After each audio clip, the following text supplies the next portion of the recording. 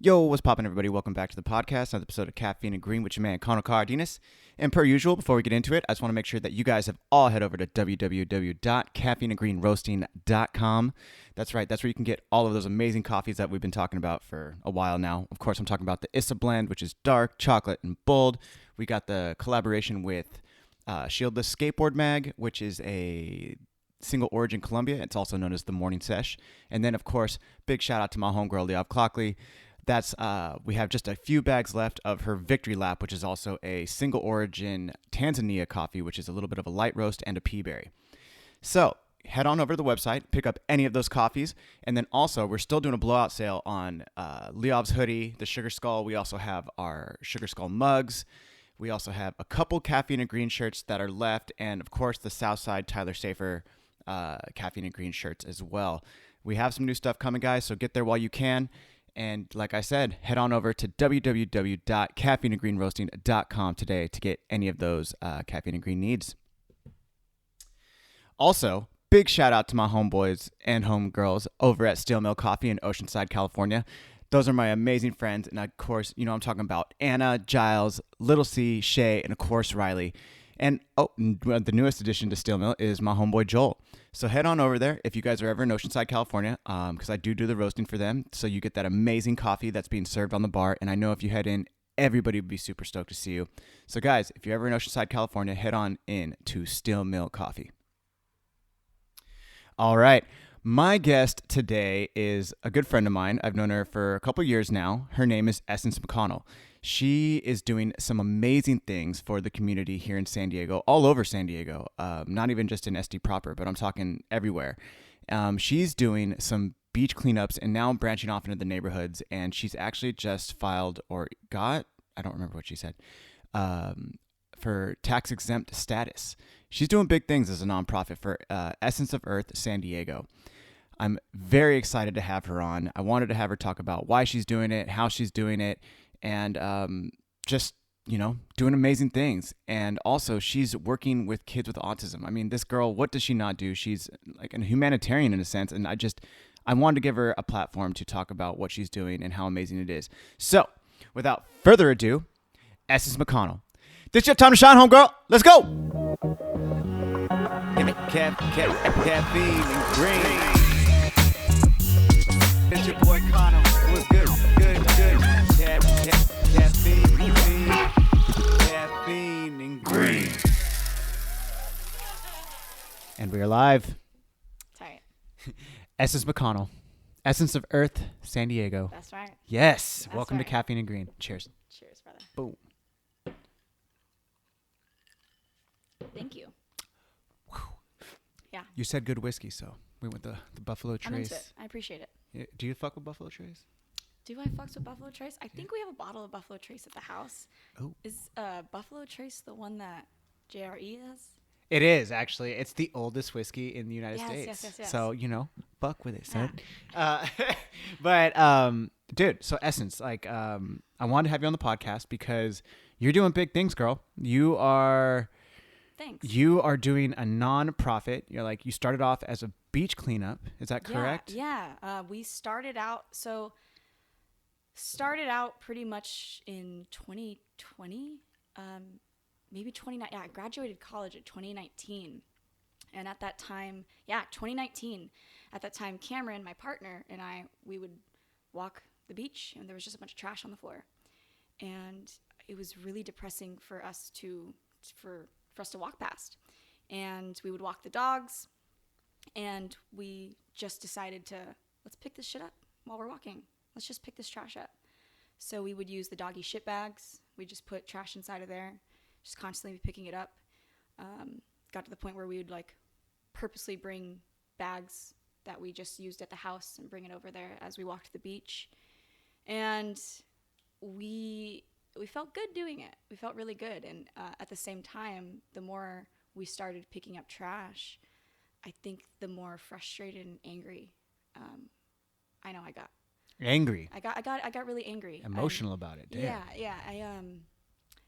It's really frustrating. Mm-hmm. It seems just like carelessness, watching people picking up people's shit. And So I wanted to do it more often. I felt good. I felt like I was making a difference. I felt like people were walking past me and saying, thank you, thank you. And I felt at the same time like it was encouraging me to learn more about how I could make a difference, how I could walk the earth differently. It encouraged me to be a different type of consumer. It encouraged me to be like, oh shit, I actually don't need that cup because it's in this. I could bring my own cup and I could fill it in that. Or actually, I don't need that because it's just going to end up on the floor. And it just pushed me to learn more. And from there, Cameron and I were just like, why don't we just start picking up trash once a week? Let's challenge ourselves to once a week. We walk the dogs multiple times a week. Why don't we just pick up trash while we're walking the dogs on the beach? Did you have like a set amount of time? I mean, like, yo, we're picking up trash once a week, like for an hour? Exactly. Okay. That was exactly it. We were just like, let's just do 1 hour. It takes nothing, you know. It's, if anything, it's just like a date with the beach. It's a date with the park. It's a healthy amount of time outside. Yeah. You know, it's like it was our way of being healthy. It was our way of having a healthy mental state. And we were like, let's just do this let's just do this. And I remember Cameron was like, why don't you invite people? And I was like, nah, I don't want to invite people. I was massively insecure about it. I can't. Really? I was massively insecure to ask people. I know it seems weird, but I think it's funny now that I'm talking about it now. I think maybe I was going through my own like insecurities. I had just graduated with like this degree that I had no idea what I was gonna fucking do with. Yeah. And which is what? What did you graduate with? Philosophy. Oh. Yeah, I graduated with a philosophy degree. So I read about a bunch of dead people's thoughts on life. Socrates, Pluto. Plato. Fuck. It's Sorry. all good. Pluto's the dog too, and equally as cool. But yeah, it was. I think I was just going through my own insecurities. Because I didn't even know what the fuck I was gonna do. Mm-hmm. So I have all these people in my circle, in my family, that are being like, "What are you gonna do? What are you gonna do? What are you gonna do?" And I'm just like, I don't know. I'm just fucking picking up trash right now, and it made me feel like it's not enough. I'm not gaining any money from that. This isn't like a career, you know. So I was really insecure to ask people to come pick up trash with me, and so Cameron and I just kind of did it, you know, and we were happy. We were happy doing it. We felt like we were doing something good, and we started picking up trash a year later. Is when I was like, I'm gonna just invite my Fern fam. So I told Fernside, shouts out. Yeah, squad. Squad. Yes. But legit, yes. That's exactly what it was. I went on the WhatsApp and I told the homies. I just said, hey, I'm gonna pick up trash on Thursday. Everyone's invited. I'll provide equipment. If you guys want to come, like, let's just do it for an hour. Shane came, Bryn came, our homie Neil came, Lauren came, Shane's wife and his son came. It was funny. Cameron came too, but he actually got called to his boss was having a baby, so he had to dip, and he felt really bad because I was so insecure. But I was just like, I was so uplifted by the support of my friends and peers that wanted to come and join me in doing this thing. I was like, go. I'm cool. I have my fam here. I'm good. And we went to Fiesta Island and we picked up some trash, and that was in June of 2020. So we started picking up trash. I started picking up trash in 2019, around June or so, 2019. Cameron and I picked up trash for a year, once a week minimum, once a week for 1 hour. And it was exactly a year later we just started inviting people, and we've done minimum one cleanup a week since then, since June 2020. And after a couple months of doing that, after like maybe 4 or 5 months of doing that, I transitioned to, we did a cleanup every Thursday for 1 hour. So I just called it the 1 hour challenge. So I just started asking people to come for 1 hour. And then Bryn was like, yo, why don't we go somewhere else too?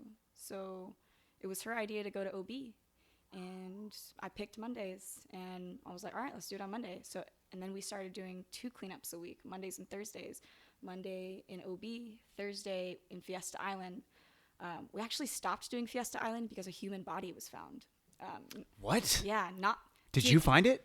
No, trip out. It's a very interesting story to me. So on Thursdays when we would do the Fiesta Island cleanup, we would always be in one spot, always in this one location. Everybody knew to come to this one location. Mm-hmm. And one day, Cameron and I were like, fuck it, let's go to a new spot. Let's go to a new spot on the island. And we went to a different spot. And that day, everybody ended up coming to the cleanup like 30, pushing like 40 minutes late because they couldn't find us, right?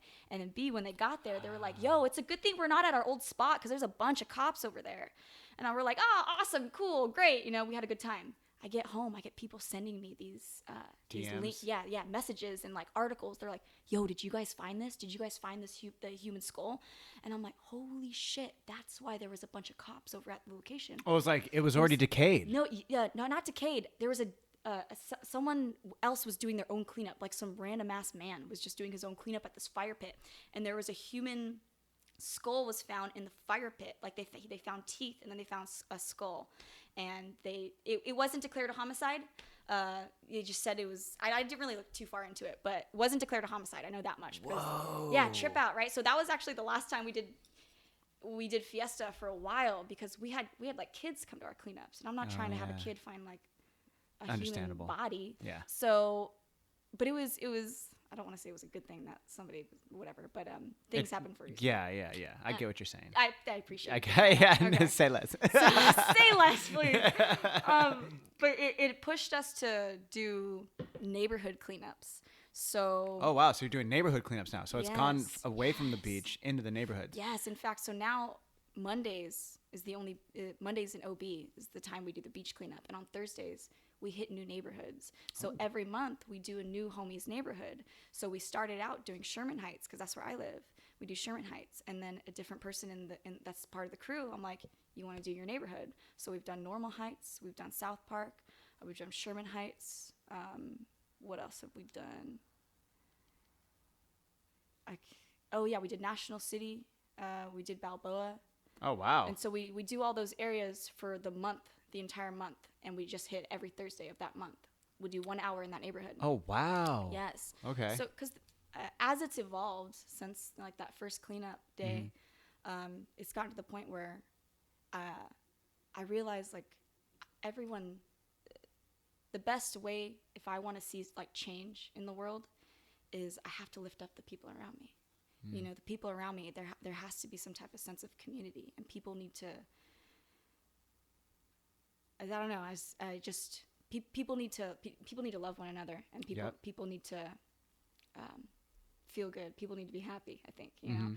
I think when we're happiest, when we're at our happiest state, we can probably get a lot done, you know, when we're encouraging one another. Well, you feel like you're a part of something. Thank you. You know, like, you know what I'm saying? Like, the fact that, it's funny, I wanted to bring this up, is that my friend Marcel, like that's my homie. Yeah, that's my homie. Dude, shout out Marcel. Shout out Marcel. He fucking, we rolled together. We do jujitsu together, and he came up to me randomly. Dude, within the last couple of weeks, I don't know how it came up, but he was like, "Hey, like, you know one of my homies?" And I was like, "Who?" He's like, "Essence." I was like, "McConnell?" And he was like, "Yeah." He's like, "I'd go to her beach cleanups." Or like, it came up somehow that like we saw something on Instagram. I think that's how it was. Or maybe I said it to him, or I don't know. Yeah. But regardless, we were at the gym and he brought it up, and I was like, "Dude, that's so fucking random that you know Essence of all people." Yeah. And I mean, since then we've actually gone to Fernside when, like, I'm pretty sure you're there, but it's just like, it's a small world. Yes. And then I see the pictures and stuff like that when you do the beach cleanups and seeing all that. And it's just to see how it's grown, to see now where people that I've never known that would be doing stuff like that are like all about that. And that's fucking rad, because people just want to be a part of something, and regardless, you know, they want a reason to be a part of something. They want to be a part of a community. They want to give back. Cause dude, I mean, at heart, I do like, this world's fucked up. There's no doubt about that. Yeah. But I believe truly, to my core, that like I'm an optimist, and I do believe that people truly want to be better and be good. And doing this and, like, you know, cleaning up the community and doing these things and giving back by cleaning up your local area, whatever, is something that people can really believe in. Yeah. Because, I mean, the one thing that gets me, and I wanted to talk to you about this, was like, I was in Seoul, South Korea a couple years ago, and it was interesting is that, like, right before we got there, there was, or maybe it was even during while we were there, the Korean president had got caught for like some sort of crazy corruption. And the people of Korea were up in arms and they were protesting. And I think it's Pyongyang. I could be completely wrong. It might be like that might be in North Korea, but regardless, where we were at, there's the original palace where like the whole basically all of Seoul grew out of, and it like grew outwards. Right, this is where the palace was, and it grew out that way.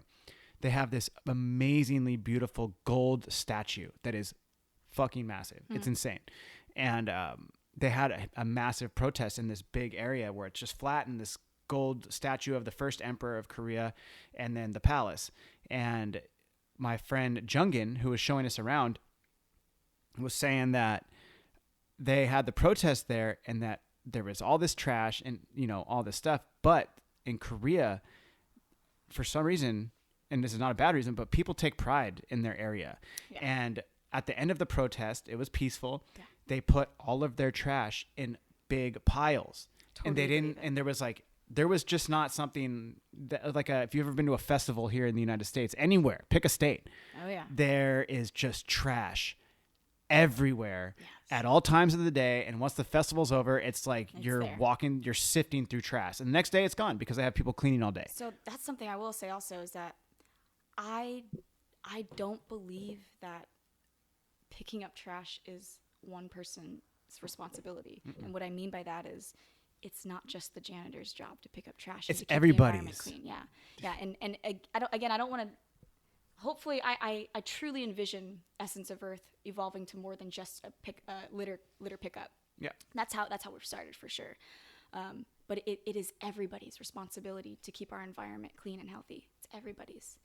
And you know, that right now that's just how we're starting is by creating a community litter pickup, because we're definitely creating community. And like what you said about pride, that's one of the things I'm so happy that we started transitioning to neighborhood cleanups, because I want people to take pride in where they live, where they're at, where they stay at. You know, I want people to feel good about it. That's when we could feel good about where we're living and have that sense of community. I feel like we can accomplish just a lot more. We can go about our lives better. And this is just one piece of an entire equation of life. I don't think it's just picking up trash. I think it's a lot of different things. But my goal is if we're challenging ourselves to pick up trash and to take responsibility of our environment, we could transform into the types of people that we want to be, you know. And I've met some amazing fucking people. I've met some people that I think are going to be lifelong friends since doing this. I think I've lost some friends at the process too. I think that happens. Really? Like they're bummed on you or what? Or like they're just like, well, whatever? Yeah, I think. Kind of both. Yeah, kind of. I mean, it's funny because it's hard to be upset at somebody for picking up trash. You know? It's what I'm saying. Like, what I guess what I mean by that is when I think in any type of aspect that you choose to pursue, if you start pursuing it and like with, I guess, maybe conviction, dedication with no fear, maybe just like taking the, I don't even want to say fear because I'm fearful all the time, but like just taking the risk. And I think I think some people aren't ready to do that within themselves, and so I think people push others away, and that's happened to me just by trying to pursue something. I don't think specifically just because I've been picking up trash. I think just because I'm really trying to evolve this organization and build it into an organization. Well, you're focused and you're dedicated. You know, you're determined. Yeah. You're growing these things on your own. Like that's no small feat to do. Yeah. It's work, man. Hell yeah. Something I will say too is a big reason why Essence of Earth is even anything that I'm talking with you here about is my homegirl Kaylin. When we first started doing cleanups, my homegirl Kaylin hit me up and she's like, all right, so what's the plan? What's your business plan? You getting donations? What's up? You spending all this money on it? Right? Like, what are you trying to do next? Are you trying to get into schools? Are you trying to help educate people? She's like asking me all these questions that I didn't really think of. And I did not think of any of that. Yeah, I didn't think she was just like, she's just asking me these like types of behind the scenes questions. And I was just like, well, fuck, bitch, I'm just trying to clean a beach and like, get people to clean a beach with me. And at first I didn't really know how to, and she's one of my tightest girlfriends. That's what's up. Even prior to her like asking me these questions, we grew up together, She's a real one. Day one. She's a real one. She's Yeah. definitely a real one. And I was listening to when you were your last podcast. What was the homie's name? Elliot Reneke. You were talking about Leov and how Leov's the one friend that can like tell you that like, yeah, it's not good. Oh, dude, yeah. 100%. Dude, like, yeah, I was telling Elliot, I was like, when I took her to Steel Mill, like, yeah, everybody at Steel Mill said it was good, but I was like, I have to bring Leov up here. And then once Leov tasted the espresso, once she like tasted it and looked up at me, she was like, it's good. I was like, okay, I'm good. Yeah, you're like, okay, we're good. We're good then. So you have that homie that can tell you it's straight. Mm-hmm. That's Kaylin for me. She's my girl that will tell me, even if we're not seeing eye to eye, I know she's just on my team. You know, regardless if we're understanding things the same or not, like she's on my team. Even if regardless of how you're gonna react, if it's gonna make you upset or happy, it's like, no, I need to tell you this because I'm your fucking homie. Yes. Yeah. And so that's a real friend. She's a real one. That's she really tight. is. I'm very much grateful to have her in my circle. She like you grew up with her, like you school. Yeah, like... so we went to high school together. Okay. When I think I met her when she was a freshman. So you I guys don't know, a couple years apart, or yeah, she's I think like maybe 1 year apart. Oh, 1 year okay. younger than me. I'm 29 now, and that was when I was like 16, 15. Oh, you graduated late? Yeah. I thought you were, dude. When you said you just graduated college, I was like, fuck, how old are you? And I was like, I thought you were about to say like 24 or something like that. I was like, that's it. I graduated before I was 32. Yeah. That's what's popping. No, I was like in college. I was like one of the oldest ones. When I was in community college, I was one of the oldest ones. Fuck yeah. And you know, I at the same time, I'm pretty proud of that because I feel like if I was in college at the age of maybe 20, 21, I don't think I would have had my head in the game. Same. That's, you know? dude, same. Oh my God. I don't want to cut you off, but like, I want to come back to that. But that's because you feel me. Same. You know what I mean? And I'm grateful for that. Yeah. I'm grateful for that. So I have no shame in when I graduated. Nah, hell no. You know, but yeah. So again, so it's like after I graduated, I didn't really know what I was doing, and it's cool. I still don't really know what I'm doing. You know, I'm just trying to figure things out. Nobody really does. Yeah, we don't know. But my girlfriend Kaylin, she was the one that really encouraged me to see my options. I'll say it like that. See what we can do. Because she asked me, she's like, "What do you want to do with like your cleanup? Like, what are you trying to do?" I was like, I want to do what I can to maybe help educate people. I want people to understand that we can make a difference. We can do things, but we have to create change. And I think if we're going to create change, we have to have a different understanding. And when we have different understandings, we have a different type of mindset about how we can how look at things, you know? So that's kind of what I wanted. And she was like, well, there are ways you could do this and have your impact reach out further than you think. You know, 'cause she works in this nonprofit world. She's worked in the nonprofit world for a long time. Okay. So she was the one that encouraged me to be like, have you ever thought about becoming a nonprofit? And I was like, I don't even know what a nonprofit is. What do you do? She just kind of briefly explained to me. And from there, we spent like maybe 5-6 months, half a year at least, like just doing research on what a nonprofit was. And we started just brainstorming ideas. And like we had a Google Doc going. And like we're sharing videos, and we're making notes on the videos, and we did that for a long time. And then we were from there, like we made a plan. We're like, let's meet at minimum once a week. Let's meet once a week. She lives in Pismo now, but she lives on the Central Coast where I'm originally from. So every time we would meet, it'd be over the phone or over like a Google Hangout call. And we would just talk about what we want to see develop, what we want to create. And essentially starting your business plan. Exactly. Yeah. Exactly what we did. Yeah. So we did that for a long time and just constantly asking each other questions. If we didn't know something, look it up. And woman is smart. She knows how to do research very well. And it's nice because like, even if I didn't know, there was no dumb question with her. She's like, it's all right. We'll figure it out. You know, like, well, it's like this. She just helped me, you know?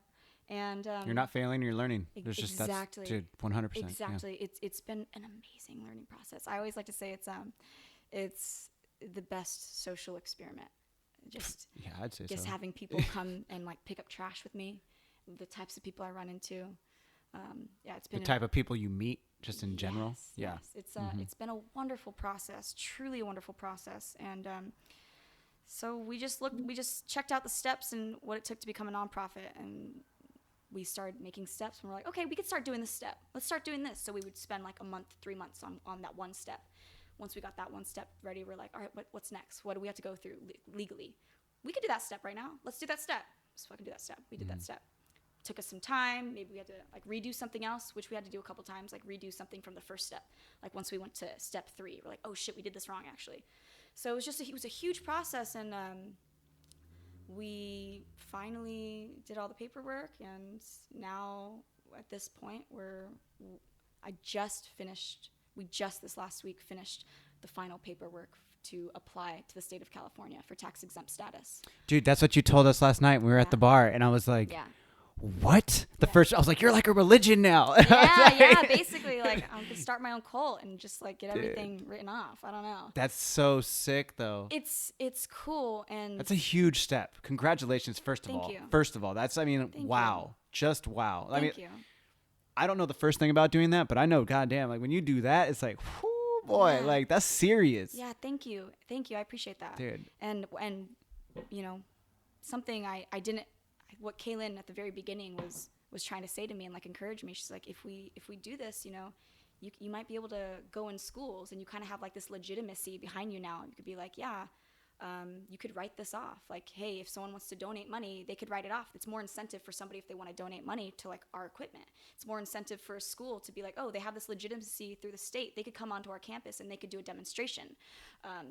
That's also how you make money out of a nonprofit too. So like if you were actually, what I do know about nonprofits is that because you do have that, you're able to now potentially make this your full-time job where you're making a salary every day, every year, every month, whatever have you. And I'm not saying that to be like the focus of it, but I'm just saying like you're able to survive now because those donations are helping you to survive off of what you're doing. And then if you grow bigger and bigger and get bigger donations, you're actually to be able to grow your team and then grow a salary from that. And so it's like, that's fucking incredible. Yeah. Incredible. It's dude. Me and my girl Kaylin, like we trip out on each other all the time. We're like, we're like, who are we right now? What the fuck are we doing? Holy shit, dude! You see what we're doing right now? Yeah, go me. Yeah, legit. We're just like, I want to thank me, and I want to thank me. I couldn't have done it if I didn't look after myself.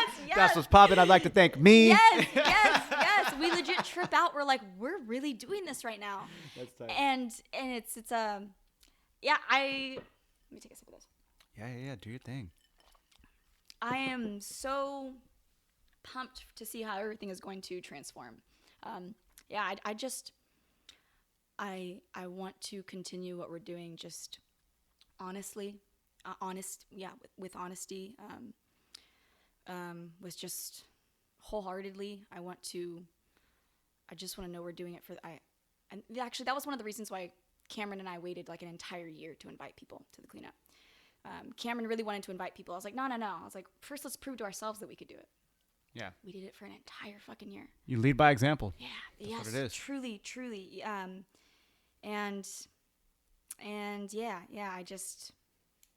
I'm pumped to see what we can do now. And I would like for it to sustain itself. I'm not looking to make money off of it. You know, no doubt if I could keep a roof over my head with it, fuck yeah, badass. Yeah. You know, that means I could put more of my time into doing research for how I can share with our audience, ways I can educate our audience. I'm very much into that aspect of it. Started making infographics a couple months back, and when I make infographics, what's that? Like an infographic. So the infographics will have different information, and I'll post it on our social media, and it'll say something like, for instance, I just made an infographic today about styrofoam.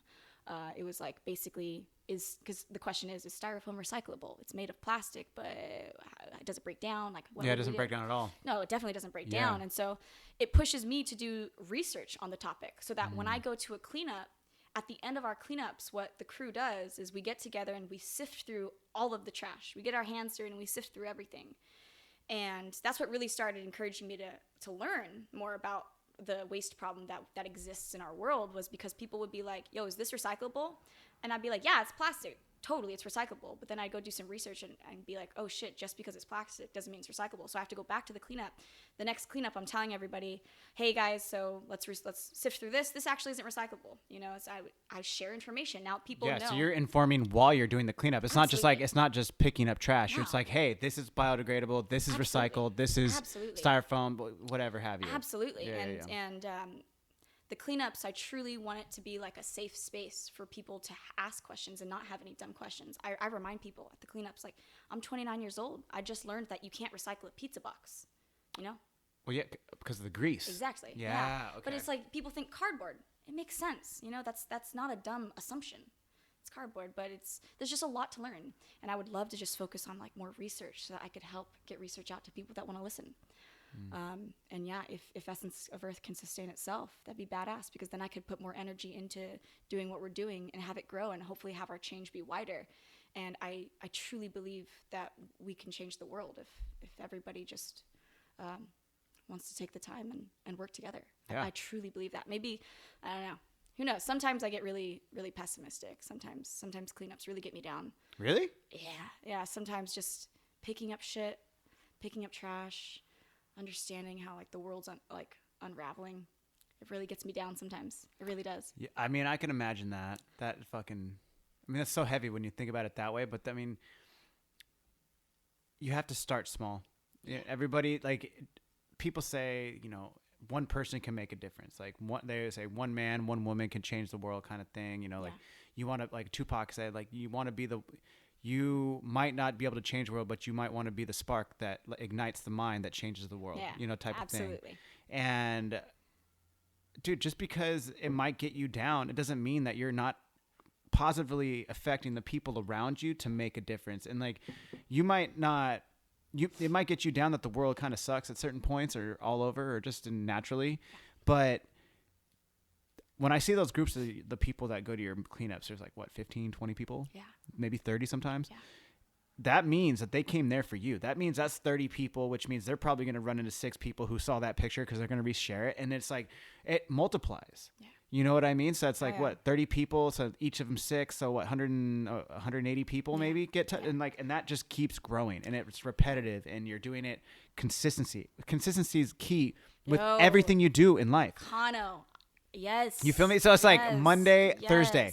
If you miss the day, you're like, people are like, oh, they're not being serious. But if it's like, oh, every Monday I know I'm going to see a post about the beach cleanup, or every Thursday I'm going to see a neighborhood cleanup. It's like, people are like, oh, damn, I can like count on them being there, and I can do these things.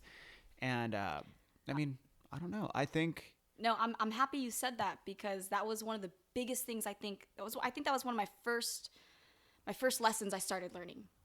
Consistency. When you start having some consistency in your life, like, people realize, like, oh, they're actually doing it. Like, oh, it's okay, I missed it, because it's going to be back again next week. Yeah. And I realized, like, I had some weeks where it was just me and, like, one other person. But then the next week, it was, like, 15 heads roll through. I'm just like, fuck yeah, tight. Yeah. And no doubt, truly, when I leave a cleanup, I feel full. I feel full of love, man. I feel so pumped.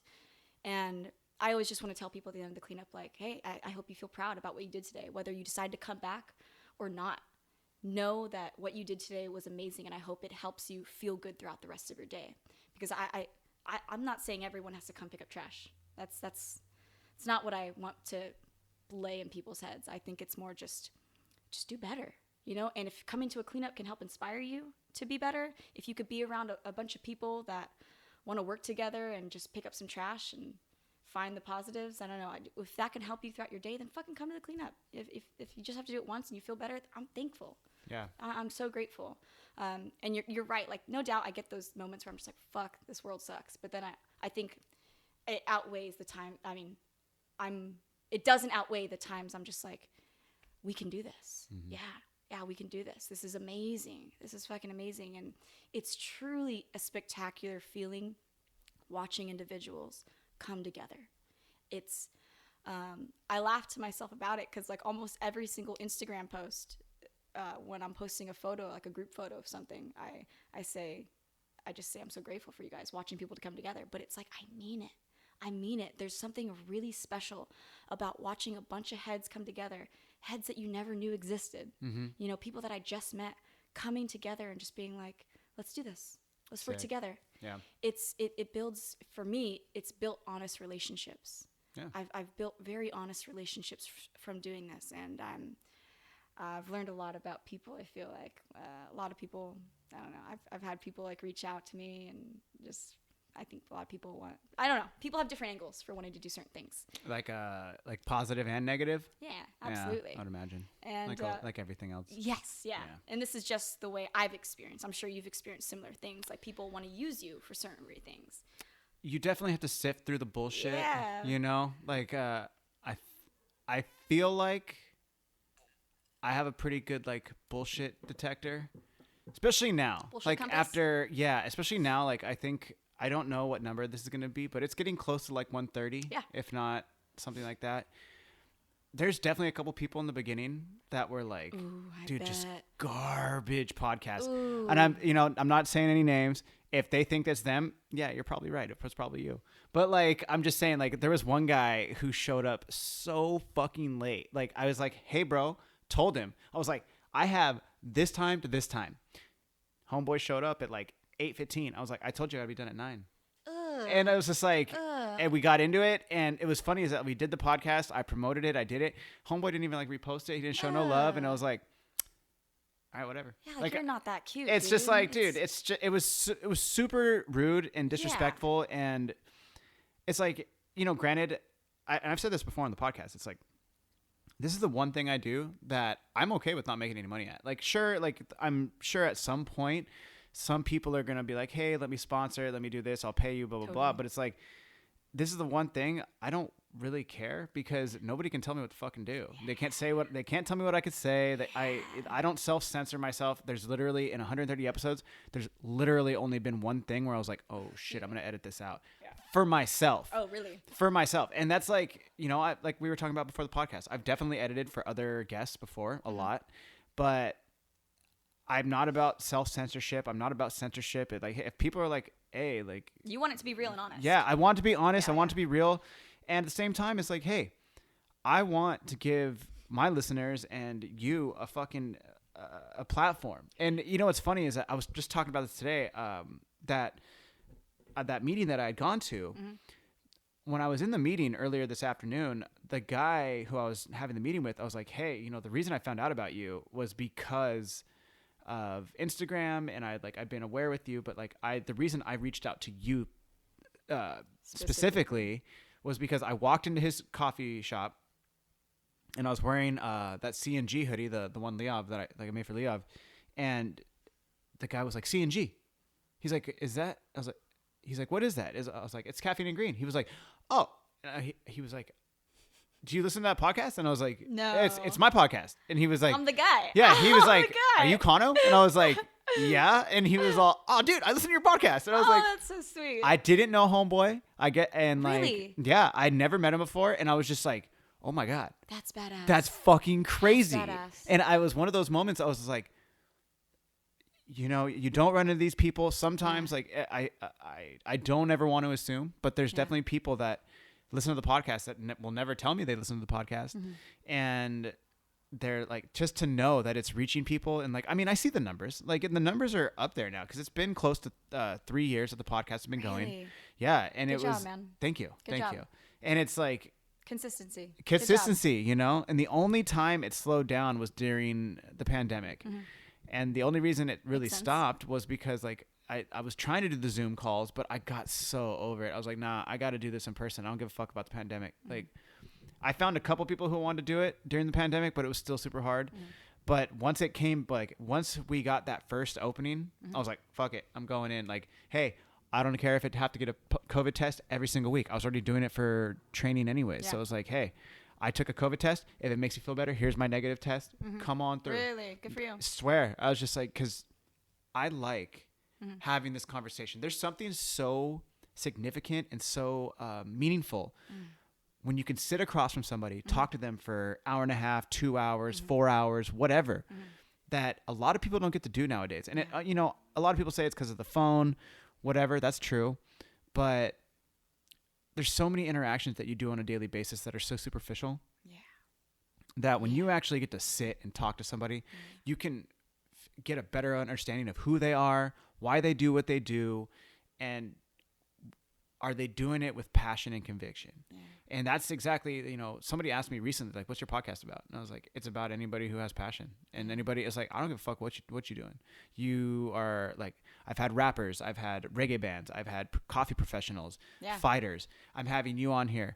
It's like, dude, whatever, whoever, if you have something to say, you have a passion, you have a drive, you're determined, come through, because that's what Caffeine and Green is. It's not even just about the roasting. This is about like what I'm about. Like, it's how you got started yourself. Yeah, it's how I got started. It's like, dude, ain't nobody gonna be your biggest cheerleader but yourself. Yeah. At the end of the day, hey, maybe you'll get one person in your corner who will cheer you on no matter what and support you, but they're few and far between. I'm so into it. You know what I'm saying? And really, it's like you have to start somewhere. And dude, there's when you finally start, you're gonna have one person, 0 people, 0 downloads, 0 people at your fucking at your cleanup. But you know what? You're still there, and you're fucking like, hey, I'm here this week. Come through if you want to come through. Like, hey, doing it. Nobody's listening out there, but hello world, I'm still here. I'm fucking saying it, and eventually somebody will like pick up on your vibe, and those people who come to you and pick up on your vibe, those are the people that you want around you anyways. I am such a believer in real. Mm-hmm. If you're gonna stay real, like, you cannot fake that. It just cannot be faked. That's something that I really have loved about the cleanups. It's just like, I've been a handful of cleanups, like other organizations' cleanups now. And obviously I'm biased as fuck. Like, it's my own cleanup. I like my cleanups, but I think we do it the best. I'm making sure everybody knows each other. Yeah. Yo, what's your name? Well, this is this. I don't care how long it takes me. I'm going to go around the entire circle to all these names. Say your name, age, what's up, what's poppin', where you from? Honestly, I'm going to make sure everybody walks away feeling like, yo, I did something and I made new friends too. Yeah. Again, like the whole community aspect. Lifting each other up, and as I'm trying to pursue my own things, I'm watching the people around me like also try and elevate higher as well. Yep. And that's what I want. I want everybody around me to be elevating higher, because that's going to encourage me. Oh, I got to step up my fucking game. Always. I need to do this. I need to surround myself with people like that. Yeah. And it's so encouraging. I love it. I wouldn't have had the opportunity to hear you and meet you. Yeah, I mean, I met you, prior to this, but like. Well, yeah, because we worked across the street from each other. But then, like, because of that, this is what I'm glad you said that, because what's so funny is that it's like, me and Liav were talking last night, and Liav said something to me. She was like, there is like, she believes everything happens for a reason. Yeah. And I am a big believer in that as well. And it's like, my mother always used to say to me growing up, she's like, don't burn that bridge. And because I was a hothead when I was younger, I was a little scrappy little motherfucker, and I, still scrappy, but like definitely like controlled scrappy now. But my point is that when I was younger, I didn't understand what my mom was saying to me. She's like, you never know when you're going to run into these people again. You never know when like somebody that you told to fuck off, or that you like burn that bridge with if there's a burned bridge for good reason, all right, fine. Yeah. But if it was like, you were just being a dick to be a dick, and you didn't need to be. Yeah. And like all of a sudden, maybe 5 years later, you're in a position, you changed, of course, but that person has the job that you want, or that person's in a position to like elevate you. But because they remembered that the effect that you left them with, or how you made them feel, was like shit, they're like, no, fuck that guy. Yeah. And it's like, dude, it comes back to bite you in the ass. And I'm a big believer in that, because it's happened to me fully. Like I said, I was a dick to some of the wrong people, and hey, it also meant, like, in my opinion, like, hey, well, I wasn't supposed to go down that path anyways. But at the same time, that said, I became a big believer in that, and that, whether it was meeting you, meeting Bryn, even meeting Liav, like, these people everyone comes into your life for a reason. You don't know what that reason is, and you have to choose how you're going to react to them. And it's like, I feel like every time I've ever seen it, I was like, oh, what up, that's it. It's like, what's popping, Always. And I completely agree. Hype. And it's just, and you return the hype. And then it's just see your homies. Yeah, it's always hype when I see you, Colin. What's up, Colin? And then you see, like, whether it's social media, and then you see the person in real life, it's like, dude, I see what you're doing. Like, yo, that's fucking dope, and it's shining. And then we meet, like, there's a mutual connections. There's Bryn, there's Marcel. Yeah, What and a it's trip. like, dude, this is fucking dope, Dude. you know? Like, Yeah. it's just, hey, you never know, man. You never know who they know. That's like the separation of 6.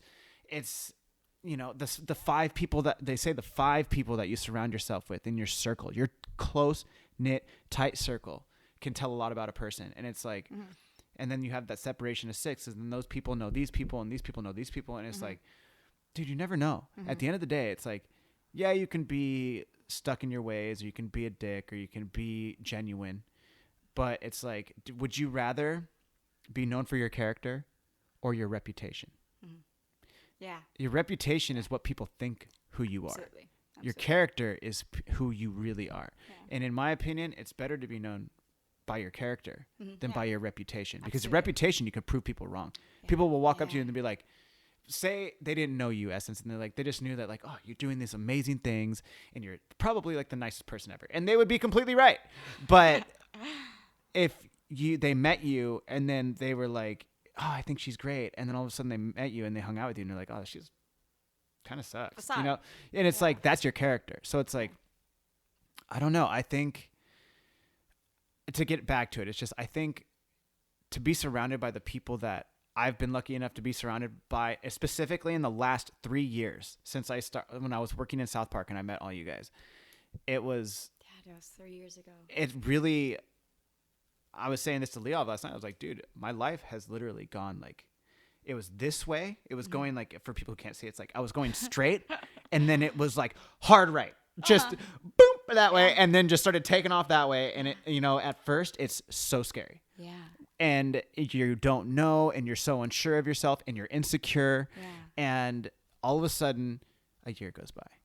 And then another year goes by. And then by the 3rd year, which we're at right now, it's like, yo, this is pretty dope. We're actually doing it. Yeah. Yeah. It's like everybody's shining. Everybody around us is killing it. And it's just like, I get, you know, some people who are definitely insecure with themselves, and like how you were saying about how sometimes you lose people, you know, in that process. Hey man, circle got smaller. Everybody can't grow, or everybody can't go. That's what Nipsey Hussle said. You know, it's like, you know, find your purpose or you're wasting air. Like, fuck it though. Yeah. Bleep. Y'all scared. You know, it's just like, fucking let them go. Yeah. You know, whatever. The people who are going to stay and the people who are meant to be in your life, and that you make this hard right, and it's scary, and everything is like on the other side of fear. It's just, it ends up becoming the best thing that ever happened to you. Yes. I also want to say, by the way, I just recently started listening to Nipsey. Oh my God. And as I'm listening to him, I'm like, this is what Kano's about. I feel it now. I get it. Because you're constantly quoting him on different. Always. I'm like, this is why. Yeah, Nipsey's he's about his community. Dude, he's about the community. Yeah. He's about putting things in the universe. He's about just bettering his whole situation and bettering the people around him. Yeah. And it's like, he talks about it all the time. He's like, he said it. He's like, I'm still the same G. He's like, Black Sam, and that's the Dan in the coupe. It's me, meaning like him and his big brother. And then it was Jay Stone, and then it was his like 2 other people, and then his lady Lauren London. And he talks about like being power couples with his with his chick. He was like, yo, two hustlers together can make an empire. Dude. You know what I'm saying? It's just like that shit to me. Like, you don't have to be from the hood. You don't have to be ghetto. Like I happen to hold myself in a certain way that I owe it to hip hop in all intents and purposes, but his message is transcends hood. His message transcends hip hop, because when you can actually listen to somebody talk so eloquently about something that is not just for a specific niche, it's for about you to better yourself as a person, your situation, the people around you. I picked that up immediately. You feel me? Like, he definitely has some gangbanging songs for sure, but it's like the other, like, that's why I called Leov's coffee Victory Lap. Yo, like, straight up, like the Victory Lap bag, because when I think about where I've come from, when, like, that's my favorite song, Leov's my favorite person, like, straight up. Like, she's a fucking G. Like what you said last night, we were all hanging out. It was like the people that you're surrounding yourself with. It's like a reflection of not only you, but it's a reflection of they see that in you too. Yeah. You know what I'm saying? Like that shit is so real. It is so facts. Like, it is fucking so facts, because you see your friends and you don't like, oh, fuck them.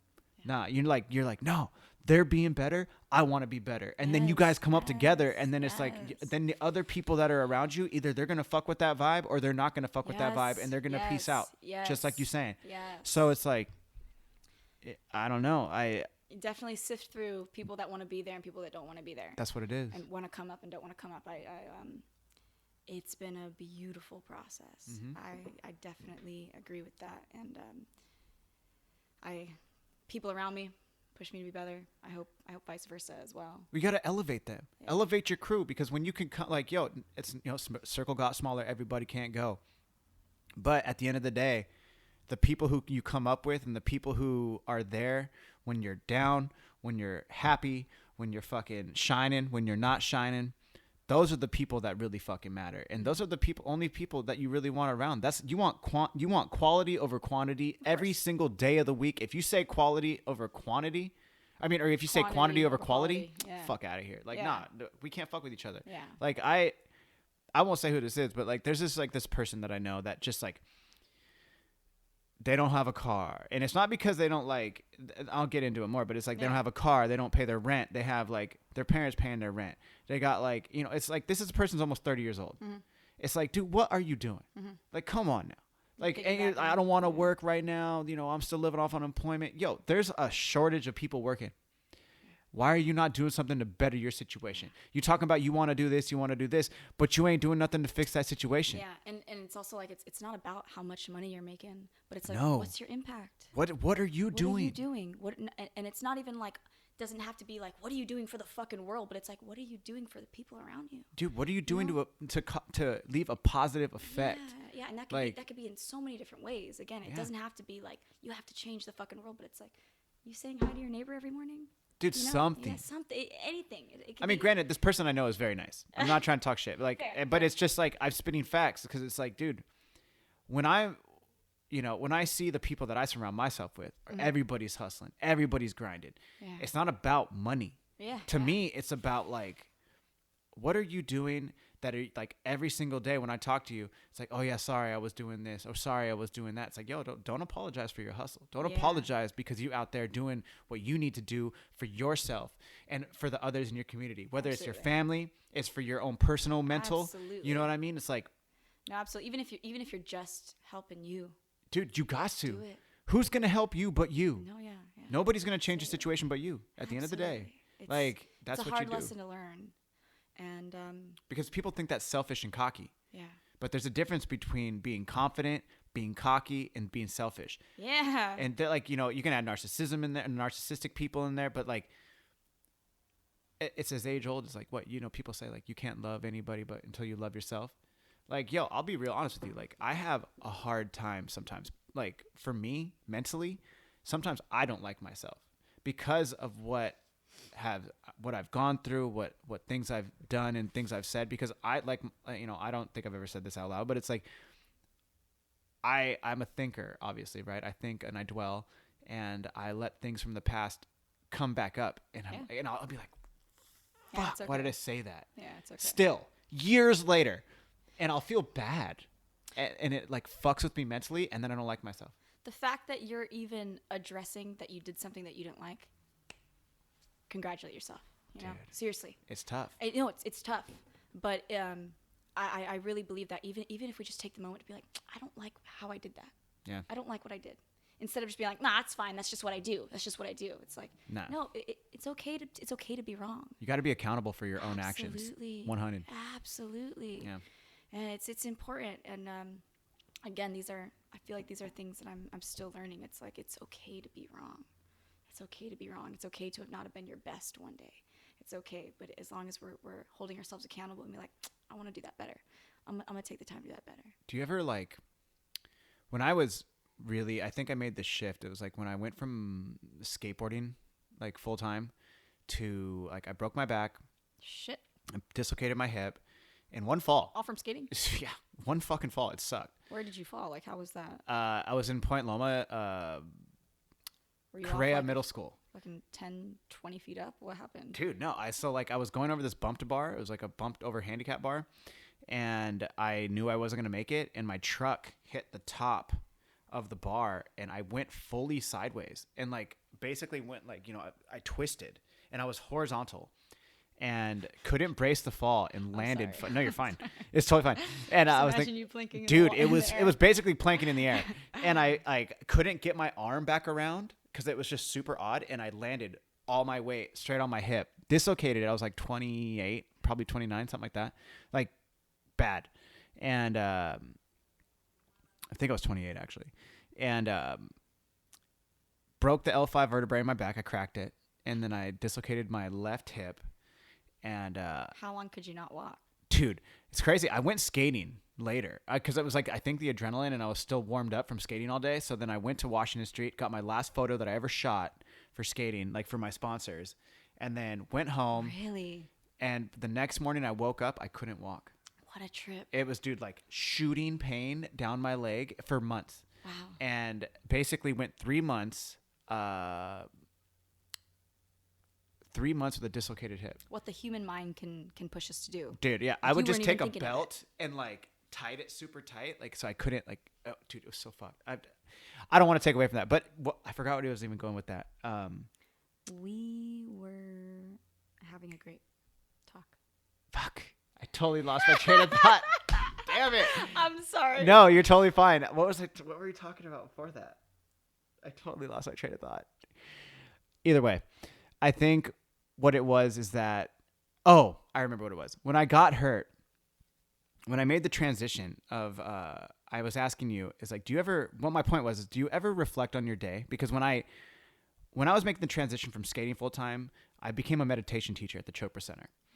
And I've meditated since I was like 13 years old. And it was something that I was like, it was kind of woo woo. So I never talked about it. And then when I went to the Chopra Center in Carlsbad, that's no longer there. I worked for Deepak Chopra, and I would lead these like big meditation groups. And in the meditation guide or at a meditation teachings, I would be like, at the end of the night, when you're laying in bed, think about your day. Like, think about from start to finish, like from the moment you woke up and every interaction. Go through your entire day like it's a movie. Watch your life behind your eyes. You close your eyes, and then you would start, and I would like think about, getting up to feed Raider, my dog, and like I would think about like every interaction I had with people and things that like I would think about like, oh damn, like I didn't like how I interacted with that person then. And then I would feel like this anxiety in my chest right before I went to sleep. And I would think about like, you know what? You got to fix that. You got to be better tomorrow. Don't let that happen again. Or, just do this. And that's when I started to make the shift from being like just an asshole all the time to being like an asshole only sometimes. Whoever deserves it. And whoever deserves it. Exactly. Yeah. And it was like, once I made that shift and started to realize like how you affect the people around you and the environments that you're creating for yourself, it really made me start to shift in my thinking and in what I was doing with my life. Mm. And I was wondering, it's like, do you ever do that? Like, I mean, if shit bothers you so much and you're making these moves and stuff, I mean, do you ever sit and reflect on yourself? Like, all the time. Do you? I think all the time. I feel really grateful also.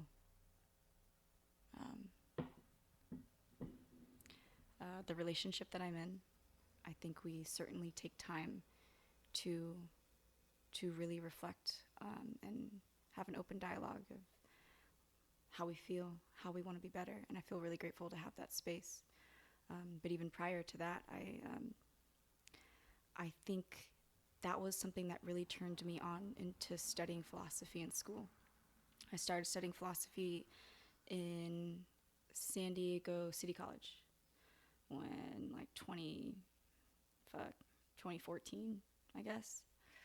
And I didn't know what the fuck I was doing. It was just, I had turned 21. I moved here to San Diego, and I just knew I needed to get out of my hometown of Santa Maria, small ass farming town. My brother was already going to school over at State. So I was like, all right. San Diego State? Correct. Dope. Yeah. My oldest brother, Valor. Valor? Valor. Dude, you guys have cool ass fucking names. Sorry, go ahead. Fine. Valor, Champion, and me. Essence. Stop it. I know. Valor and Champion and Essence. I don't know what the fuck my parents were thinking. Yeah, who were your parents? No, I'm just kidding. I'm clowning. They're amazing people. That's fucking dope. Yeah. So okay. I moved in. I slept on my brother's couch. And I just was like, I just should go to school because that's what we should do, right? We should go to school. So I went to Mesa. Naturally. Yeah, right. It was just what was pushed, or maybe not even pushed, but expected. So I went to Mesa, then from there I went to City College. I finally found some housemates. I moved in with them, and I was just dabbling around in different classes, like trying to get a degree, and I came across some philosophy courses, and the first philosophy course I took was an Asian philosophy class. What was it? Asian philosophy. Asian philosophy. Okay. Asian philosophy, and I believe it was. You said it earlier. You had said you're like, I think I was supposed to go through that at the time. Yeah. I believe it's in Hindu philosophy. They say everything you do, you are meant to do. Mm-hmm. You are meant to go through. Whether it's those years in rehab, it's those years you're at your lowest low. It's the year you're in that, like, whatever those things that we would deem like bad, or it's necessary to go through those things in order to grow and be where we want to be. And I think that's really helped me accept a lot of the things that I do, but at the same time reflect. I think that course really changed my life. I felt like I wanted to go to school. First off, I had an amazing professor. Amazing. William Stewart is his name, or Bill. Truly amazing individual. So knowledgeable about the topic.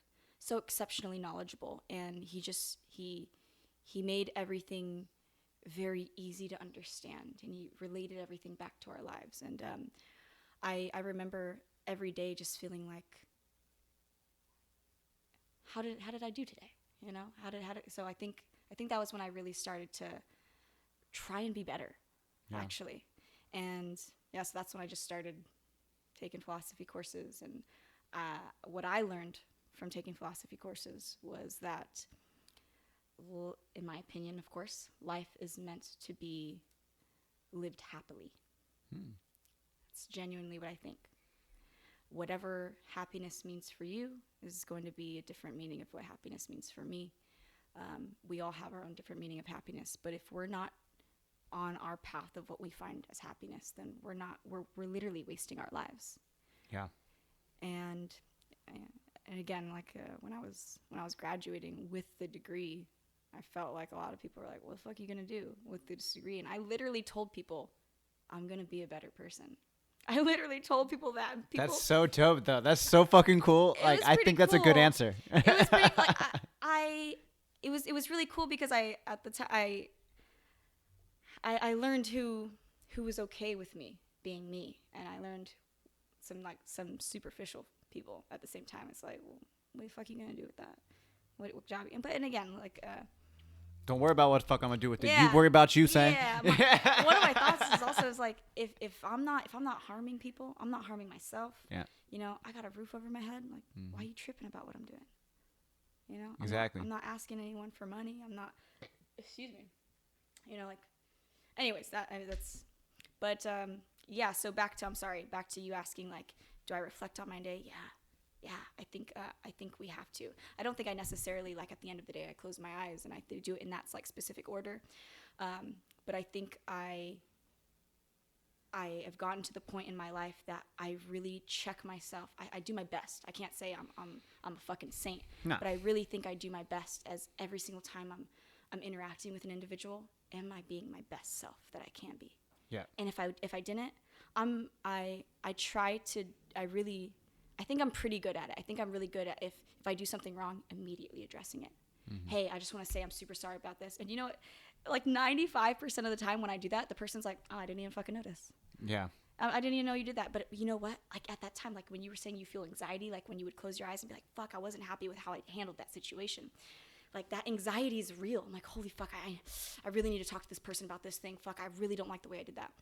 And then when I address the situation, the person's just like, yeah, you're cool. We're tight. That's all good. I'm like, but I feel better. And it's like, again, it's keeping myself accountable. It's checking myself. Like, and I think that's one reason why I think a lot of people gravitate to our cleanups, because I think what we do is real. I think what we do is honest. And I think people like that. Well, yeah. I mean, you're picking up trash. Yeah. Like that's first and foremost. I mean, like today, specifically, I saw on your Instagram, you were like cleaning up like a sewer drain. Yeah. And because what's today? Today's fucking, Monday. Is today? Oh my. Mondays. Oh my God! Today is Monday. Mondays. Oh, I totally lost track of the day. It's all. Yeah. It's the same. It was Dude, busy fucking last week. Yeah. So you were in OB today then? Correct. So tell me about like what's the story behind that post? So anything that's on the floor that's trash, it shouldn't be there, you know. So, you know, for the most part, when I do cleanups, it doesn't matter where I'll walk. It's I'll pick up whatever. But when anything that's on the floor of our streets right now, whether you're in the middle of the city or next to the ocean, everything that is on the floor that is trash will go into our waterways. That's just the reality of how nature takes its course. Because when a rain falls, it's going to go into the sewers. It's going to go into a river wherever you're at. It's going to go into a lake wherever you're at. We're in San Diego. We're right next to an ocean. It's going to go into the ocean. That's the reality of how the trash system works. Walking by, and there's a bunch of just shit inside of a sewage drain. So I'm like, I'm gonna fucking pick up that shit in there, because that's the first thing that's gonna go into the water. That's just how it works. And the system's fucking flawed. It's like, just put a fucking net right there. And you know, like on the side of a curb, you see like it goes down. It's like, my thought is just put a fucking net right there. Put a net and catch like a safety the net trash. so it catches it all, so you can like pull it out. Exactly. I don't know. Dude, what if they did this idea? Talk to me. Like a repurposed fishnet, because I was listening to a podcast and they were talking about that global trash like a patch. Correct. Yeah. That's like the size of Texas or whatever in the Great fucking ocean. Pacific garbage patch. There we go. Yeah. Thank you. And it's mostly fishnet. Yes. And like pieces too small of plastic to actually pull out of the water. Microplastics. Yeah. Why don't we just repurpose that fishnet, pull that shit out? Because there's this, I'm gonna butcher the dude's name, so I'm not even gonna say it. But there's a guy who was on Joe Rogan, and he was 23. He's like this genius, and he's basically creating this machine that's trying to break it up and like pull it out of the ocean. Yes. But if it's fishnet, why don't we just repurpose that fishnet, put it on the sewers, and it catches the trash, and it can be easily taken out, emptied, put back in. I mean, I'm sure there'd be more to it. It doesn't sound that easy, but it's like. But the thing is, Kano, it should be that easy.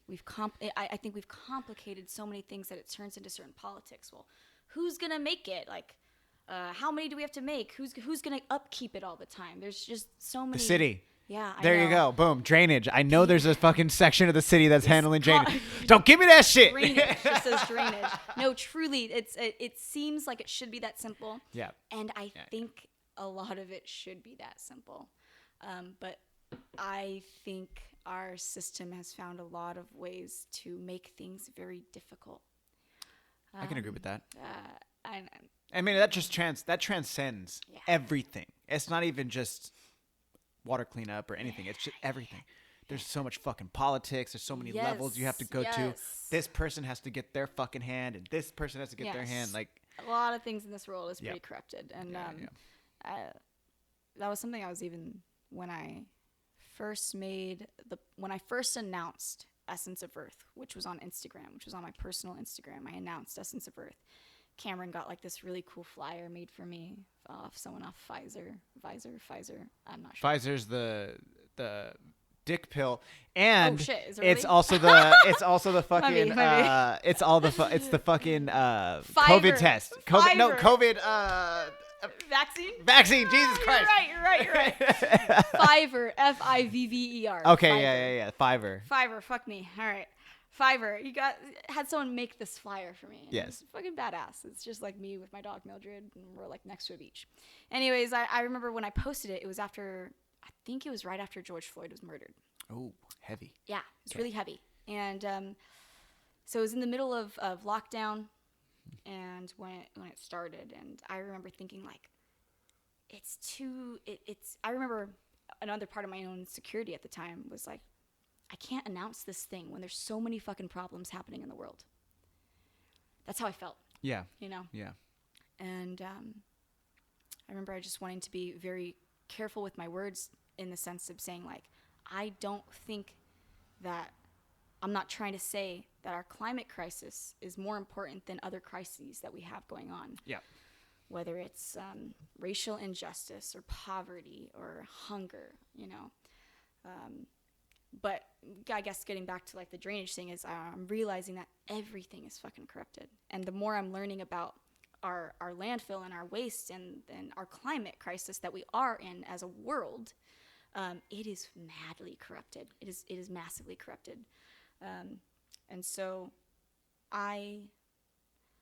again, just with the cleanups, it's But wait, you were like, you were going somewhere with like dropping that flyer. Yeah, and then you just switched it real quick. Oh shit. Yeah, you were talking about dropping like it, with the George Floyd thing, and then like you were nervous about announcing Essence of Earth in San Diego. I think that was I guess I built it up and I didn't drop it the way it should have been dropped. But I guess my thought is like I announced this when I announced it. Yeah, because you got the flyer. I announced it saying like, hey guys, this is what I'm gonna do now.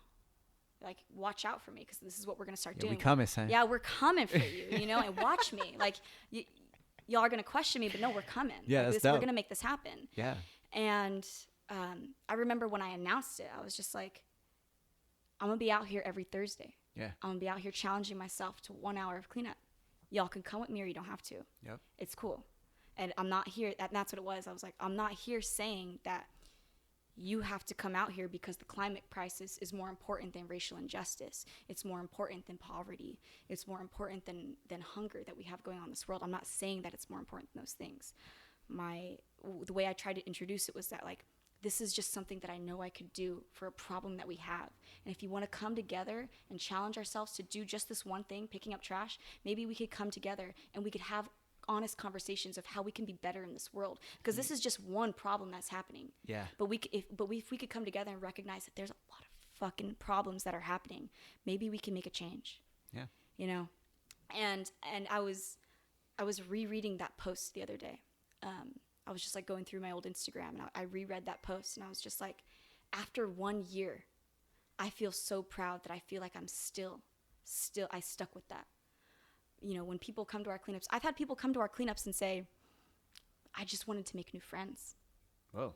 And I'm okay with that. Yeah. I'm okay with that, you know, because that specific homie that came and said, I just wanted to make new friends, he's a tight homie now. Good. He's tight. You know, he comes to a lot of the cleanups and being that sense of community. Exactly. The 100. Exactly. You know, whatever it is. Again, I'm not saying that you need to put the climate crisis top tier, like the main problem, you know, but if you want to come and recognize that there is a problem, maybe we can come together and recognize there's a lot of problems, but if we come together we can make a change. Well, within every problem lies a solution. Yeah. That's just, it's facts. Facts.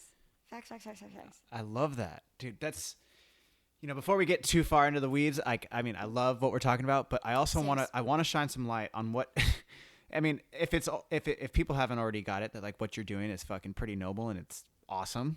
Thanks. And selfless in a sense. Let's talk about what you told me before the podcast, like your other job, because I met you at Fernside, which is a bar, which is the greatest bar in San Diego. Period. I said it. Shouts out, squad. But you also have another job that you started in April. Yes. And correct. so I didn't understand what it was because but for in lamest terms, you work with children with autism. Can you break it down? Yeah. What you do in like its entirety? Yeah, I could break it down to the best of my understanding because it is a brand new field to me, and every single day I'm there, I'm learning something new about it, which I think was one of the biggest things that I'm so happy that I found this opportunity. You met me at Fernside. I've always worked service industry. I love the service industry. The thing that I have always loved about it is that I genuinely feel as though I have every opportunity to have somebody leave my sphere that I'm in, that I'm standing in, feeling better. I feel like I have that power when I work the service industry. You come up to my table, what's up? How we doing today? Yeah. And I'm not gonna, oh yeah, the weather's fucking nice. No, I'm not that server. I've never been that server. And I think that's what makes me really good at my job. I've really loved the service industry. When I found Fernside, shouts out Shane Gertie, he brought me in over to Fernside. I worked with him over in North Park, over at Underbelly. And when I came onto Fernside, and I met Christian, and I met all the other homies that were working there, and I really loved it. I met Christian. I've always had mad love for Shane. I met Christian. Christian is one of the most fantastic people, a true leader. Dude, I really like Christian. I really love Shane, and Yes. I really like Christian. I love both of them. No, they're amazing they're guys. They're both great. They're both just very different. Yeah. They're both very different. And I've truly learned a lot from both of them. I feel really grateful. So I was working at Fernside, proud to work there. Mm-hmm. Really, really proud to be working there. I think everything was an honest move over there, you know. Yep. But I for me, just, and this is even prior to doing the cleanups, I just knew there was something else how I wanted to make my impact. I genuinely felt like I made an impact in people's lives working service industry, and I feel very proud of that. But to be honest, when I was a year and a half into Fernside, I think we're hitting our 3-year mark soon. When I was like a year and a half into Fernside, I was actively looking for another job. Were you there from the beginning? Yeah. Oh, wow. Yeah. Okay. And in fact, right before COVID hit and lockdown happened in the States, I had gotten another job. I got a job at East County School District, working with kids with autism. Really? Kids on the spectrum, yes. And then shutdown happened. It just didn't follow through. Couldn't follow through with it. Of course. You know? Yeah. Continued working at Fernside, still happy there. Excuse me. And that lasted like a year because it was like a really nice, not nice, but you know what I mean. But I got you. It was a nice way to switch things up for me. And I already enjoyed working with kids. My previous job, when I was doing like a side hustle, it's how I met my partner Cameron. We were teaching chess, and I was working with kids there. And Can I just say real quick, the fact that you keep calling him Cameron trips me the fuck out, because I've literally never heard you call him by his name so much until this conversation. You're right. Because you're always calling him boyfriend. It's It's true. like, It's boyfriend. true. I was like, dude. But even when I ask I'm you how sorry. Cameron's doing, I'm like, how's boyfriend? And It's you're because I always know. like, I know what you're talking about. Yeah, that's what. But I've literally, it's like, I'm sorry. You're since right, the you're beginning right. of the conversation, you've literally just keep saying his name. I'm like, this is so weird. I guess I was trying to understand my audience a little bit better. I'm just No, like, you're totally people fine. don't know boyfriend. I just wanted to. I just needed to say that because I was like, this is like, Well- it's so funny that you're calling him by his name, because I obviously know his name. Yeah. For people who aren't here, like Cameron's sitting right next to us, but I know his name is Cameron, but Yeah. I know him also as boyfriend. No, Like, it's legit. He and I never call each other by our names. When he says Essence, I'm just like, okay, what's wrong? yeah. Why are you mad the at me right now? Fudge, are you talking to me like this right now? He's like, Essence, come do this. I'm just like, what? What did I fucking do? What's up with Which this is probably- passive aggressiveness? You Yeah, need to stop with yeah. It's really funny. And I will absolutely call him boyfriend. I'm just trying to this. keep No, him you're out totally at the fine. You're same totally fine. time. I didn't. No. Cameron's fine. Boyfriend. Boyfriend. And that's how I met boyfriend. And I loved that job. I loved working with kids, and I understood it. Since from working at Fernside, I just constantly wanted to push myself to just do something more. I feel very comfortable in the service industry, and again, I'm not mad at that. I'm proud. I feel very good about working there, in the industry in general. I genuinely feel like I make a difference in people's lives with what I do. But I felt like I'm just like full. I just want to reach out to as many fucking people that I can. And You want to touch people in a positive way. I really want to. Yeah. I just naturally. I want to. And I think that comes from my childhood. I had a really nice family that I feel like instilled a lot of that in me. But I didn't get the job working with the school district. COVID happened, and my homegirl Carrie, shouts out Carol, I love you so much. She got me an interview at the place that she was working at. She was working with kids on the spectrum, and I went there. I have zero experience doing it, and so I had to. It's been a lot of on the job training. But basically, what we do is when they say a spectrum, it's true. Every child is an individual, not just child. I just happen to work specifically with children on the spectrum. But anybody that is on the autism spectrum disorder, anyone that's on the spectrum, it affects everybody so differently. So everyone has different. So at my job, what we do is we provide therapy for children and their certain behaviors. So a child might have a behavior where they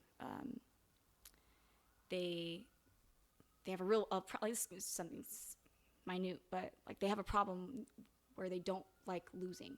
Okay, so what we do is we do natural environment training, NET. So it feels like we're just playing with kids, but we have it be very directed. So how can I give an example? It's like let's say I'm grabbing your cup right now. I'm grabbing your glass, and I just take it, right? Well, let's say you're the teacher. You're gonna hold on to the glass, right? And as I go for your glass, like, and you're not letting go, it's forcing me to be like, oh, glass, please. And you're like, yeah, no problem. Give the glass. So it's like, it's a natural environment. I'm not like holding a flashcard in front of a kid and saying like, you have to say glass, please. Yeah, let go. It's like, no, because we're interacting with one another and you're learning social cues, and I'm not allowing you to just let something happen. I'm encouraging you giving me a response. You know, so it completely depends on the child and what their behaviors are. Children have different. Again, anyone on the spectrum, their behaviors are totally different. There are children who are nonverbal. There are children who hurt themselves, and we have to teach them how to.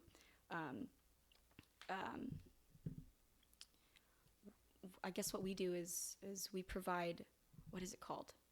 Reinforcers. So what we do is we provide reinforcement. So what I mean by a reinforcer is, let's say you love basketball. You will do fucking anything to play basketball. Yeah. So before, let's say you're my client. Hey, I know we want to go play basketball. Let's play basketball. You know what? But before we play basketball, let's just play a game where we go back and forth. It's my turn, your turn. So now they see a light at the end of the tunnel. All right, fuck yeah, we're gonna play basketball. But I have to do this game where it's my turn, your turn, because let's say you're the client who has a problem with taking turns. You want everything to be yours, mine. So instead, it's like, it's not letting them focus on like, this is how you take turns, and these are the benefits of turn taking. It's like, no, we're gonna have fun, you know, and we're gonna my turn, your turn, dude. This was a great 5 minutes of turn taking and playing this game. Let's go play some basketball now. It's like you didn't even realize it's like a reward system. Yeah, kind of. Exactly. So that's what we do. And again, it really just, and I'm totally learning a lot about this. Again, I've only been there from April, and since April, I'm sorry, and I'm learning a lot about the topic and the subject and the entire field. But what is it? I don't mean to cut you off. You're fine. Yeah. What is it? I mean, I've dealt with like I was telling you before the podcast. It wasn't actually autism. It was Down syndrome. My mom was a personal trainer, and she would work with kids with Down syndrome, and like give them, you know, small personal training things, like, you know, to help them be active and stuff like that. Mm-hmm. What is it to really be autistic? Like, what is it like? What are the characteristics of being autistic? Again. It just depends. The spectrum. The spectrum, meaning like there's a wide range of characteristics that can. Yes, okay. Yes. I cannot tell you scientifically like the what it is, the separation in like molecular structure, DNA. Yeah. I can't tell you that. I really don't know. Yeah. But for instance, we have some kids who they cannot talk at all, you know, and so like what we're working on is if they want something. Just like point at it. Just point at it. Okay, just point at it. But they can understand what you're saying. Kids are smart. Kids are fucking smart. No, little sponges. They're sponges, and yeah, and that's something I'm learning too. It's like, even if a kid can't talk, they can hear me. They can hear. So it could range from a child who cannot talk at all, and so we're trying to get them to use their voice, to a child who, you know, if you look at them too long, it's like, no, don't look at me. You don't have to look at me anymore. So another thing that we try and redirect is like using appropriate language in social settings. Oh. So let's say we have a client who doesn't like when people ask them questions. Instead of tantruming out and saying like, stop, stop, stop, it's more like, not right now. Hey, so instead of tantruming, you could say, not right now. So now they're learning an appropriate behavior in a social environment is saying, not right now. Not right now. And then once they get used to saying not right now and seeing how it can positively affect like their environment, now we can start teaching them to be like, maybe in 5 minutes you can ask me. Maybe in 5 minutes you can ask me. So that they can learn new behaviors, how to function in society independently. Or communicate adequately. Yeah. Absolutely. So, and then we have some kids who don't want to stop talking, just keep going. Oh my God. And their thing might be, they don't know safe like spaces for people. So like we have this one client who, if we're standing here and we're playing a game together, let's say we're just playing Legos, the client wants to come up right on me and just like hold me and just like be playing Legos with me. But in a environment like a school setting, you can't just do that all the time. Yeah. So we have to. So we'll teach words like, oh, I need space, please. And they move. Instead of just saying like, why is this wrong? It's like we learn in the environment. So it's like, oh, when you have space, we could play and we could do what you want to do. We could have fun. We could have a good time. So is it more of like a slower learning? Like they have more of a learning disability?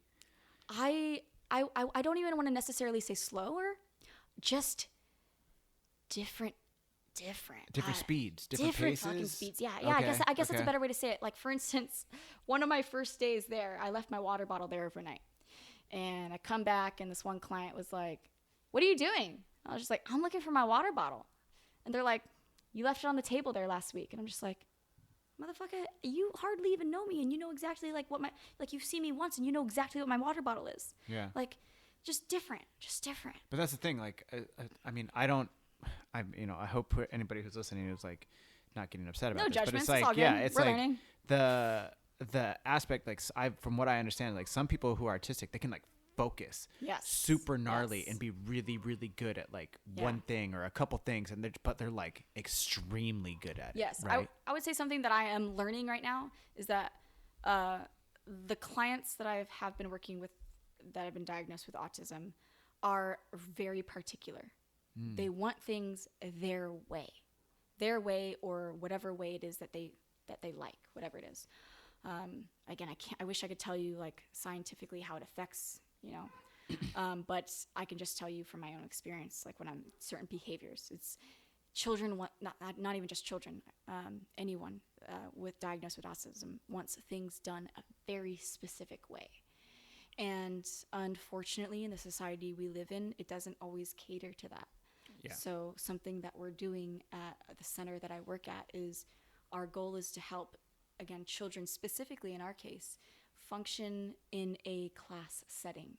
Like we're trying to help these children get ready for school so that they can function properly. I don't even want to say properly, just in that social environment. Just be able to function, period. Yeah. Yeah. Because I mean, how old are these kids? They range from like 4 to, well, I think our oldest client is 13. Oh, damn. So like teenager. Yeah. Wow. So toddler to teenager. That's a big gap. Do you mind if I go? Yeah. Oh, is that cool? Yeah. I gotta pee. Yeah, you're fine. Cameron, hop on over here. I gotta pee too, dude. No, you're fine. Hop on and then you can go after her. We'll just keep it going. That one don't have to pause. Hello, I'm boyfriend. Hello, boyfriend. Dude, so real quick, a little bit about you. Like you're a chess. Are you a chess master? No. Stop playing. Stop playing with me right now. By no stretch, bro. Don't put that stress on me right away. I play chess. I think it's a great game for sure. Helps you focus. Yeah. Helps young minds definitely mold problem solving. Talk a little bit more into the mic. But chess master, bro, I don't fuck with that. Do you compete in chess? I compete. I play online all the time. Okay. I play online every day. Like in between, if I'm editing something and I need a break or something like that, I'll play like a couple chess games, jam out on it. If you need a break from teaching chess, you'll play some chess. No.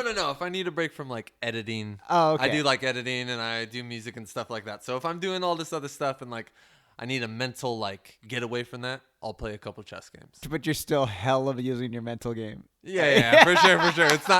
It's not relaxing the most, for sure. yeah. But I'm definitely chilling when I'm doing it, Dope, for sure. dope. Yeah. Fuck yeah. Yeah, That's awesome, man. How long have you been playing chess? Oh, bro. So I started playing chess freshman year of high school. I got like really bad concussions from wrestling, and they were like, hey, you can't wrestle anymore. They're like, you're the way that you are responding to things isn't good enough, and like, so in school I just like plummeted. I just struggled like keeping focus, and generally at that time it was hard for me to keep focus in general, just because like lifestyle and stuff like that. Like my life at home wasn't great, so like keeping focus was pretty difficult. But then I started playing chess, and I like almost immediately saw like a increase in my ability to focus on things over time. Oh, wow. Like I struggled like reading comprehension. If you were focusing on something for a little bit and you had to keep taking in details, it was like after a while it just went all fuzzy. You know what I mean? Wow. So chess kind of helped me recoup that. So when I was down here, I started playing chess, and then ended up hooking up with the fine lady on the podcast today because of that. Shout out to your boy. And then I became her boss. I was her manager, so I regulated Dude, everything. you got... Wait. Shoot, Wait a minute. got You that got boss. a girl because you were playing chess. I got a girl, and in her words, I got a girl because it looked like I didn't care, and I was playing chess, yeah. She said, I was attracted to you because you look like you didn't care. I remember those words. I was like, dude, I'm a stud. I'm really killing it out here. I'm really smashing it. Game level 1,000. Wow, your special bar was all the way up. Oh, yeah. Yeah. I clicked that button at the perfect time. Got that shit to run, dude. Dude, kids, yes, you can play chess and get a girl. Oh, yeah. Oh, yeah. Holla. A good one, too. Dude, Trust. Yes, obviously. Fuck yeah. All right. Thank you, Cameron. Get back on. That was probably one of the best little side conversations I've ever had in between. His head is so big. How do I make this? You just squish on my hair like this. There you go. Like I see. there you go. Is that better? It's much better. You got it. Good. Yeah, that's the man's. I love him, and yeah. How long you guys been together? We are going on our 3rd year. Wow. That's so crazy. You guys met playing chess. Yeah. Damn. Yeah, and yeah, and I think chess for many things. Obviously for helping me find my partner, boyfriend. Dude, it's also very in the interesting job. that like chess is so strategic, and I mean I think it's so fitting that like everything you're doing, even though you from the sounds of it, like whether it was getting into helping these children with autism, Yeah. or even doing Essence of Earth, it seems like you're very strategic, and it's almost fitting that like you're very you play chess, because chess is very strategic. Yeah. It is. I mean, it's you can't. You gotta. It's almost like they say in jiu-jitsu, you have to almost anticipate that the person that you're facing in jiu-jitsu is 10 moves ahead of you. Even though they might not be, you have to do that. And that's the same thing with chess. It's the same thing. And the fact that you planned, or not planned, but you did the cleanups for a year before you asked anybody to come with you. Yeah. It's like that's being very strategic and very intentional, if you will. When prior to Cameron and I being like officially an item, like I was working with him, of course, and I was into him. I remember talking to my brother, my brother Want a little champion. bit more of this? Yeah. Boom. I appreciate you, man. Got you, girl. I'm having a good time. Dude, I really fuck appreciate yeah. it. Yeah, fuck yeah. Thank you very Conversation's butters. much. It's going great. I'm happy. It's funny. It's like, sorry, just side note. I feel like I don't want to say rarely, but oftentimes, like when I'm in conversation with people, I'll just let them talk. I oftentimes want to just sit back and I'll talk if someone like wants to invite me in. So it's like having this opportunity to like literally just like talk your ear off and you're listening to me is pretty cool. Well, dude, fuck yeah. That's why I wanted you to have you on. Like I wanted, no, like it's cool. It's cool. you need to be heard. Yeah, I appreciate it. And like I think it's a conversation to go back and forth. Obviously, like I don't think this is about me by any means. Like my whole thing is like I'm gonna learn. I want to learn about you. I want to learn about what you're doing. I want to learn about why you're doing what you're doing. and I want to learn about the passion and intention that you have. I appreciate that. You know what I mean? Like that's with everybody. You're never done learning, ever. And I think the second you think that you know everything or you've learned like as much as you want to, it's like you're gonna get checked real quick. It's not even just get checked. It's like that's the one thing. Like I'm 35 years old. I don't like somebody. I fucking forgot where I was at. I thought maybe I was at the doctor, and they're like, "Oh, you're so young." I was like, "Fuck you talk about? I'm young. I'm 35." And they're like, "You're young," and I was like, because I think sometimes, especially some around the people that I hang around, is like they're 21, they're 24, they're fucking in their early 20s. Some of like I know a couple people who are like 18. Different stages in life. Different stages in life. Yeah. And even my little cousin, who you introduced yesterday, Orlandito, he's 22. Yeah. But it's like that's my little cousin, and like I fuck with that kid. Like he's I don't say a kid because he's an adult, but like I got you. I remember watching him come home.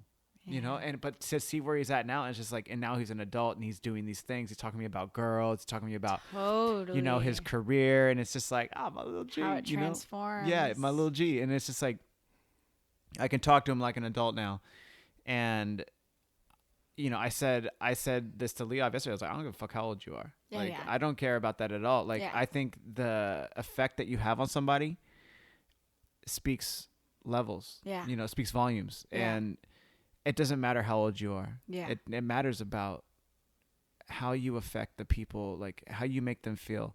And for me, like, dude, like the people that I surround myself with, I look up to them. Like it doesn't matter how old you are. It matters about what you're doing with your life and what you're doing, period. Yeah. Because if you are motivating me to be better, that means whatever you're doing, you're a fucking badass. And to my opinion, it's like age is literally, like Aaliyah said, it's literally just a number. It doesn't give a fuck about what it is. It's like you as a person, you're the fucking dopest person I know. It's just a timestamp. Yeah, it's a timestamp, and it's just like, hey, maybe this timestamp and we're at different timestamps, but like I think you're the fucking dopest person, like one of the dopest people that I've ever met. And so it's like, I think that about all the people that I like will give time to, because at the end of the day, time is the most valuable asset.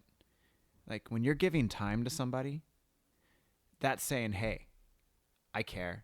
That's saying, hey, I want to be involved and I want to know about you and I really care about you. Yeah. Because if you waste time, you don't get that shit back. Yeah.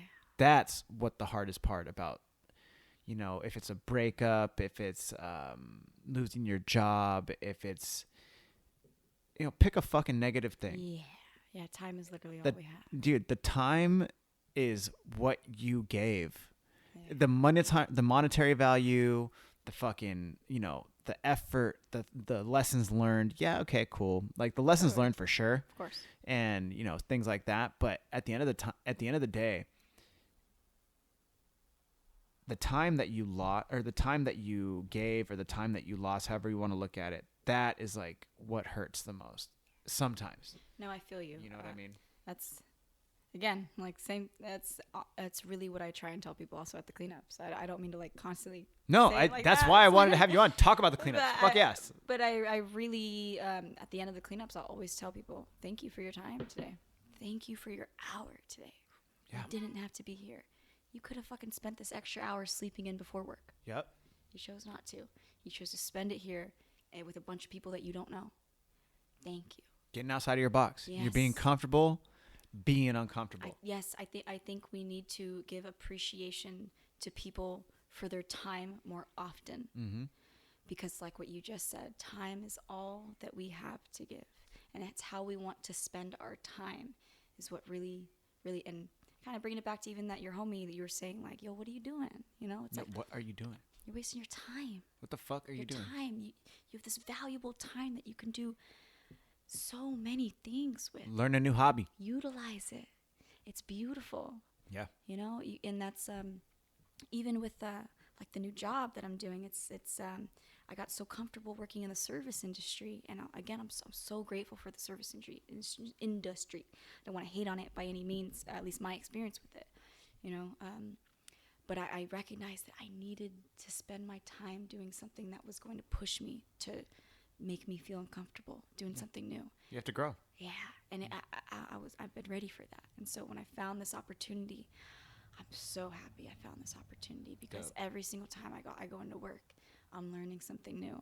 I'm challenging myself truly, and I'm pushing myself to these new ways of learning about myself and how I want to walk this earth. And I think we should constantly be challenging ourselves, you know.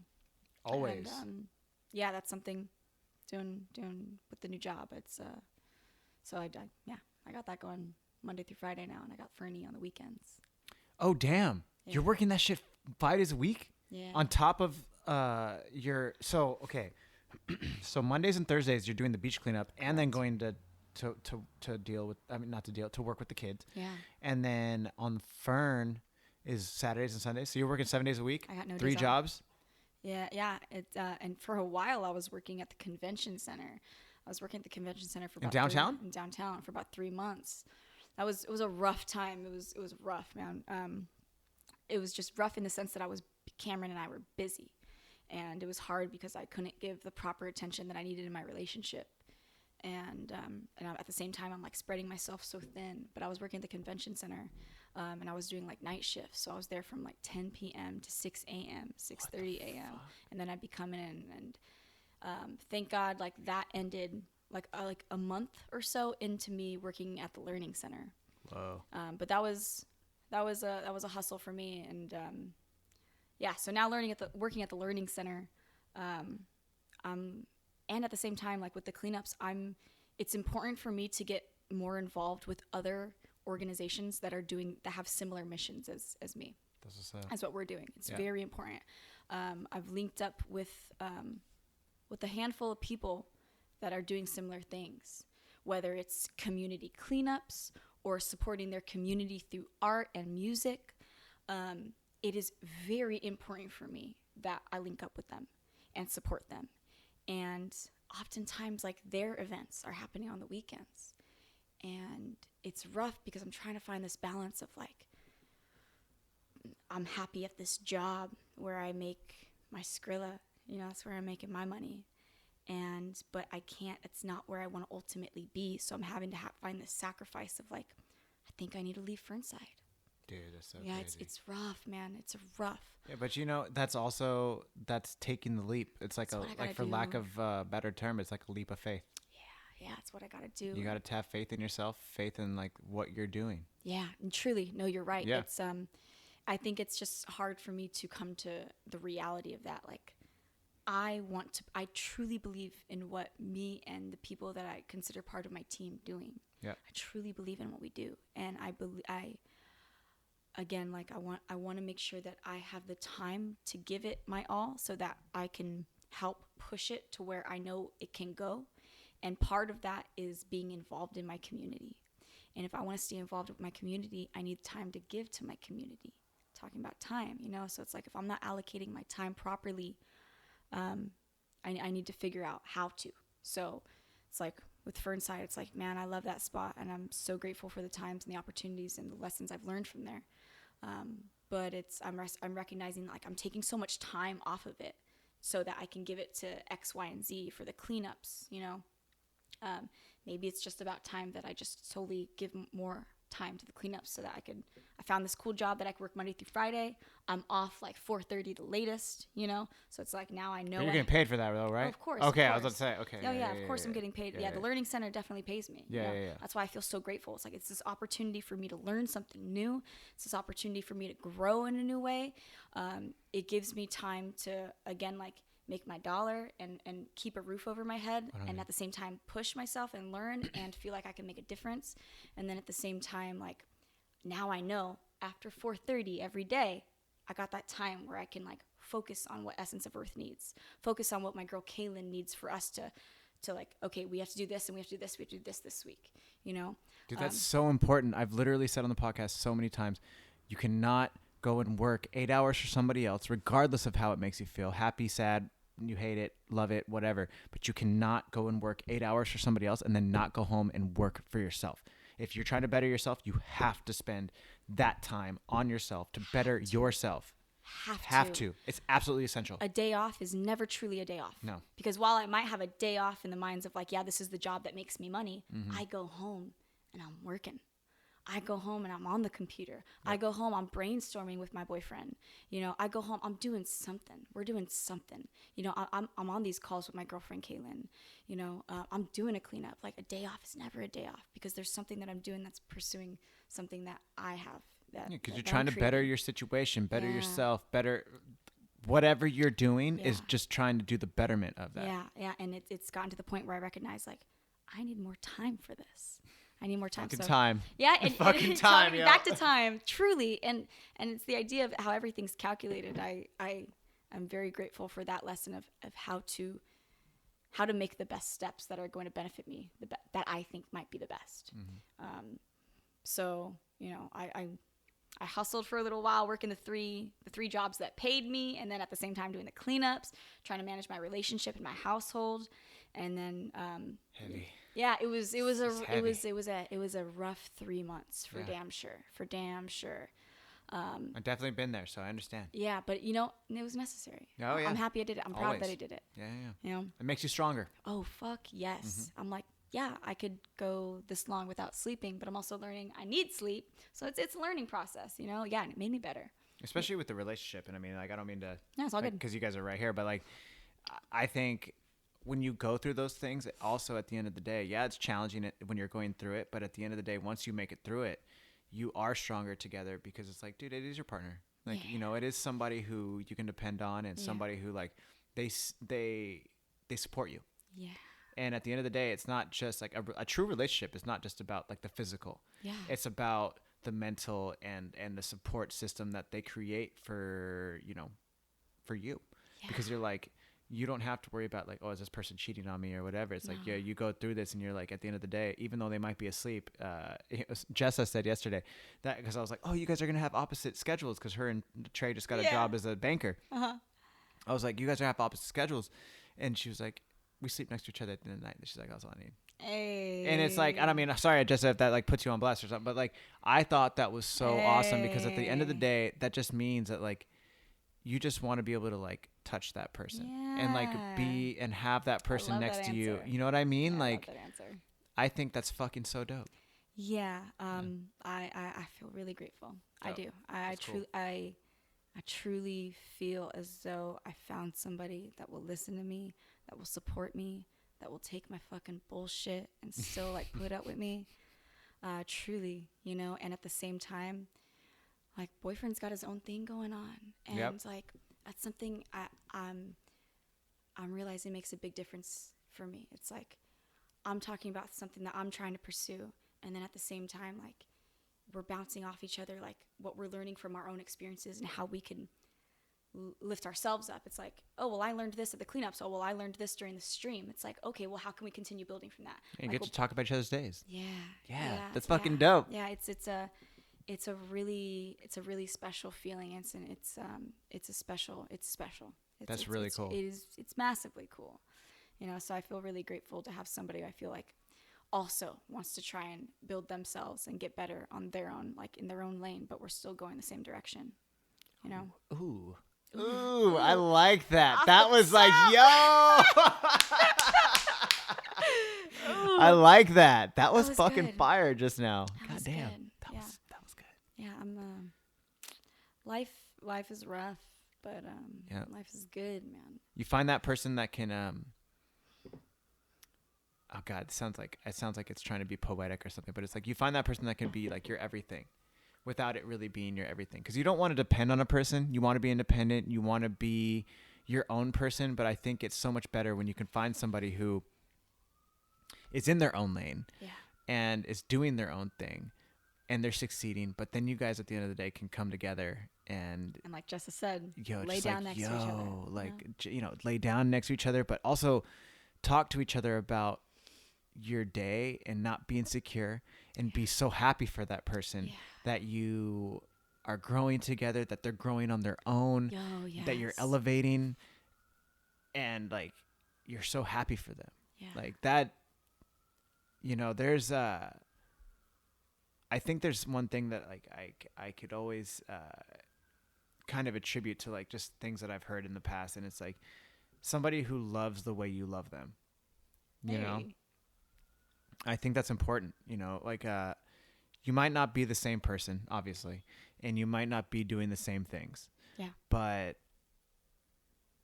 that's what makes it beautiful in the sense where like, yo, at the end of the day, like Totally. if you love the way that that person loves you and there's nobody else who can replicate that, it doesn't matter about physical appearance. It's more about like what's inside and like what's maybe like mental like, I mean, obviously the physical matters a little bit, but when you really get down to it, like the physical fades. Absolutely. And what's really lasting is how you love that person, how you support that person, how you make that person feel. Cameron and I are massively different. That's dope. We couldn't be more different. Maybe we could be, but like there are certain things that we agree on. You know, we're the same in that sense, but we're very different. And having a relationship that wants a partner in a partnership that wants to listen to me, I will definitely say it's helped me be better when I listen to other people, because I'm like, yo, this person, my partner, can listen to me when I'm like coming at them, I don't know, sideways. Yeah. You know what I mean? Legit. And then it's like it makes a difference. It makes a difference, and it truly makes a difference in how I go about everything I'm pursuing. Yes. Yeah. Very, very grateful. So That's you know what? rad. It's funny.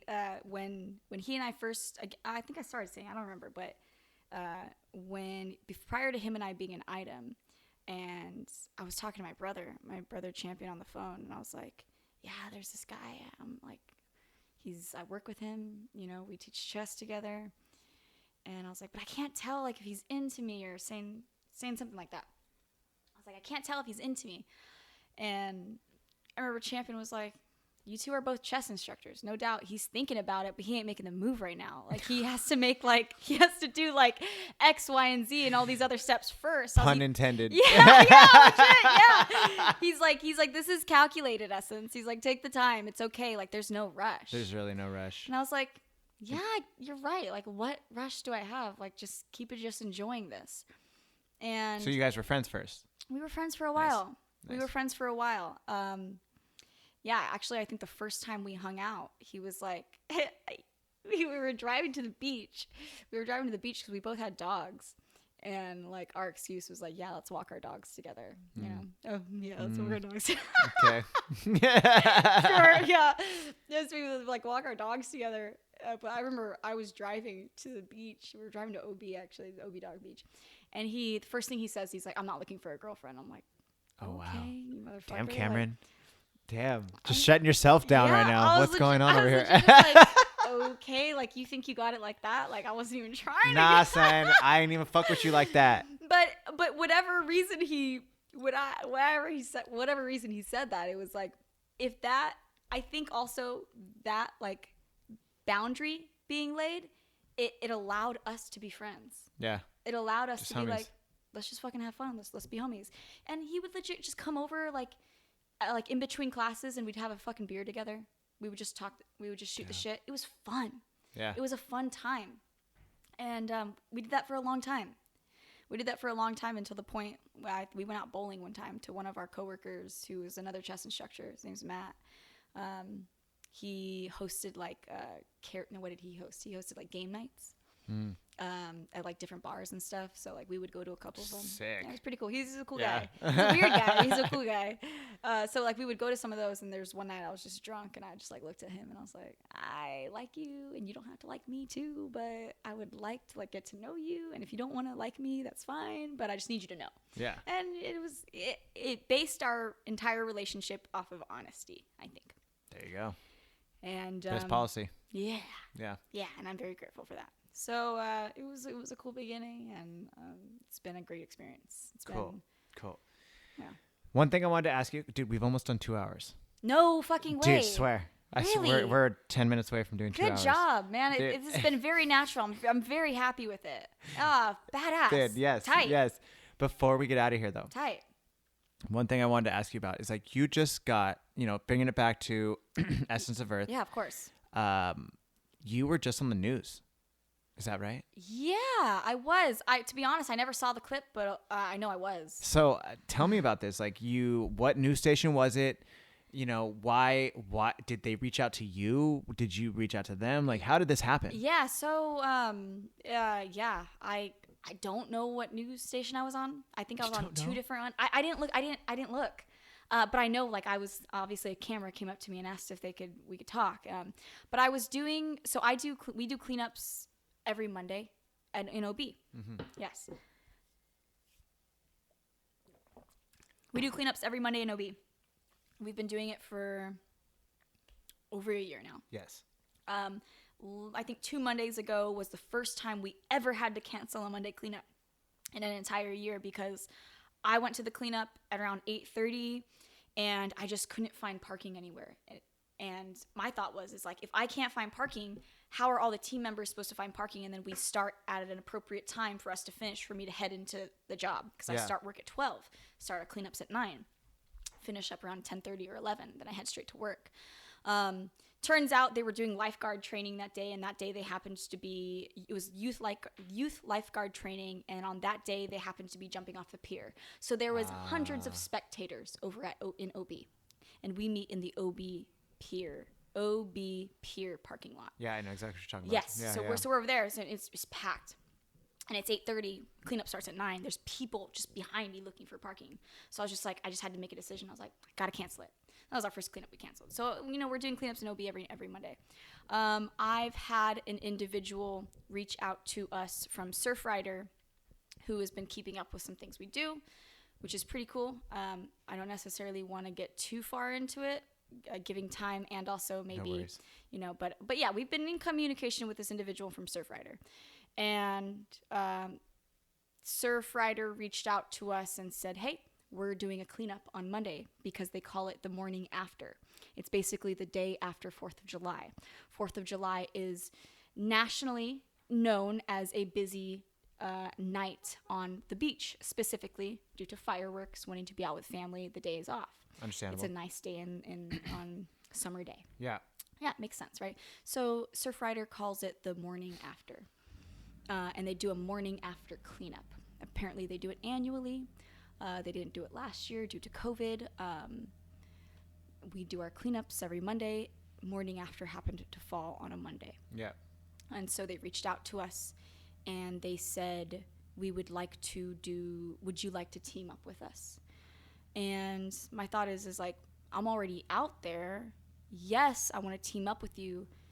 Simply for the fact that you are such a big name and we're already doing this, I want people to know what we're doing. Yeah. I'm not trying to hate on Surfrider by any means. They do something that has a very different angle than what we do. Yeah. And respect, But at the same time, I also want to be very. I also would like to be very cautious with who we team up with. Yeah, I don't want to be gimmicky. Yeah, exactly. Yeah, I got you. And it's like I don't need anyone's name to do what I'm doing and to be successful. I'm gonna do it. Yeah. But I was just like, yeah, fuck yeah. I've been in communication with this individual for a while now. Let's do it. So did the cleanup. A bunch of heads came through strictly because of Surfrider, but EOE, Essence of Earth, brought in a bunch of heads too because it is a federally recognized holiday the day after 4th of July, so everyone had that Monday off. So we brought through a bunch of heads as well. We brought through like maybe 25, 30 heads. And then Surfrider brought through like, I would say maybe 60 plus heads. Holy shit. Yeah, so really? Surfrider brought through a handful of heads. So, excuse me. Surfrider, when they reached out to us, I had expressed like, yeah, I will bring all of our equipment. I have like 40 plus grabbers. Maybe double that in buckets. So it's like I have enough equipment to have like a hefty cleanup crew. Surfrider easily has equally that. They brought through equally that much. And again, they have this name behind them, that this household name, I think 100%. a lot of people know. Especially in Southern California. Definitely. Absolutely. Yeah, thank you. Especially in Southern California. I mean this with the most respect possible. It turned into an Essence of Earth cleanup. I was announcing everything like, hey guys, everybody, thank you for being here. This is where you use the equipment. If you'd like to use a tally counter, we tally count cigarettes. We're going to come back through and we're going to separate all of our recyclables. I feel very confident in saying I hosted the entire cleanup. Dope. And I'm very I'm very grateful for Surfrider being there. Surfrider, they provided, so what Surfrider does is they provide this data sheet that they have boiled down to very specific equipment, very specific data. So it's like, did you pick up a piece of plastic that was smaller than your palm? Did you pick up styrofoam that was smaller than your palm? Did you pick up a single-use flosser? Stats. Yeah, Yes, that's stats. Stats up, yeah, like very detailed. Because what Surfrider does, which is seriously badass, they try and push policy in the area. What Surfrider does is they'll go to city meetings, whatever that is, council meetings, and they'll ask people. They'll basically bring up like, hey, X, Y, and Z was found. 30 pounds of it was found in 1 hour at this location. We should probably put in this policy where there's none of this happening. That's really what they do? That's Wow. some of the shit that they do. That's pretty respectable. It's great. Yeah. It's great. And I only know a very sliver of what they fucking do. 100%. Yeah, I know a very sliver. And I'm sure it gets in other ways, but whatever. So that's what they provided. They provide like all these data sheets, and it's like, in my experience, I knew a lot of the heads that are coming through to the cleanups, and it's like, because I have such intimate cleanups, everyone that comes through is community. I know you. Like, you're gonna know me by the end of this cleanup. I've learned a lot about a lot of people come and they like, so we provide tally counters so that people can use the tally counters to count cigarette butts. That's something that we do. We tally count how much cigarette butts that we pick up at our cleanups. So for instance, Surfrider has used at least our stats. San Luis Obispo Tobacco Coalition has used our stats to push certain education programs. Wow. So it's a pretty cool thing. So, and I've had people at our cleanups not even want to use the tally counter because they just want to pick up trash, you know? Yeah, just to do it. So I'm watching this happen, and Surfrider is providing this paper with a pencil and then a bucket and a grabber, and you have all these things, and you're supposed to pick up trash and keep data at the same time. So it's like a lot happening. People were coming up to me and asking questions, people that didn't even know about EOE, and they're just coming because of Surfrider. And I'm like, they're just like, you're the lead person. And it's like, and I take that with pride. It's like, yeah, you know, and I shouted out Surfrider every single time. I'm letting them know, like, awesome. Yes, this is the stats sheet that Surfrider is providing. This is what they do. They're using it to push policy. If you'd like to can finish filling this out, you can bring it over there. There's this person and this person. They'll help you with that. Like, I'm letting everybody know. But at the end, it's like everybody's sifting through the recyclables. Everybody's asking each other questions. Everybody's like, how can I help? How can I help? It's like, sick. That was me. You Yeah. know? I felt really proud of that. And it's like, because of that, no doubt Surfrider used me because I was already there. I provided a bunch of equipment. Like, Surfrider ran out of equipment. I ran out of equipment. But at the same time, I used Surfrider. But that's a good problem to have. No, totally. Yeah. And again, I don't mean like using each other in a bad way. You're just helping kinda each how it other works. growing. Yeah. That's just kind of how it works. At the end of the day, you're being associated with a big foundation. Yes. And it's only benefiting you because you're Yes. getting more exposure. Yeah, absolutely. Yes. And so Yes. I was very happy to make that happen. That's what's up. I was very happy. And the two individuals that were running the Surfrider event, exceptionally kind and caring people. Dope. I couldn't say yeah. any better words about them. Hell yeah. They were both really great. And the main dude who was running the Surfrider event, he was, I think he was training the other person that was running the event. And so, like, they wanted to interview him and me, and the news network that was there, I don't fucking know. It was like Channel 5 or Channel 8 or something like that.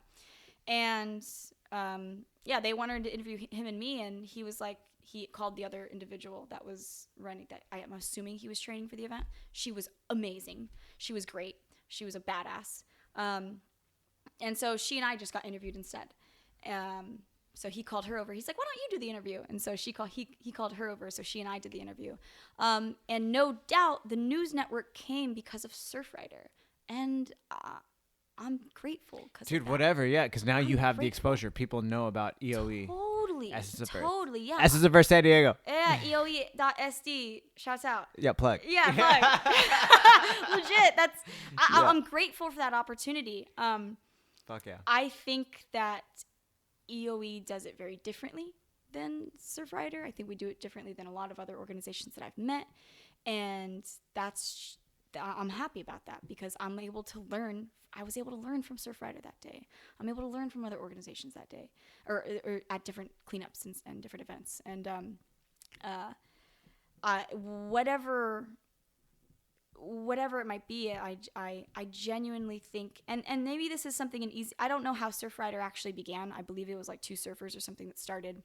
I just want to make sure that, and so I'm sure Surfrider evolved into whatever it is today, but with EOE, I really want to stay honest. And You're just trying to be cautious. Yeah, That's I want a to good be way cautious. to put it. You're just being very, very cautious. Yeah, I want to be cautious. I really do. I want to be cautious because I don't want anybody to take what we're doing and morph it into something it's not.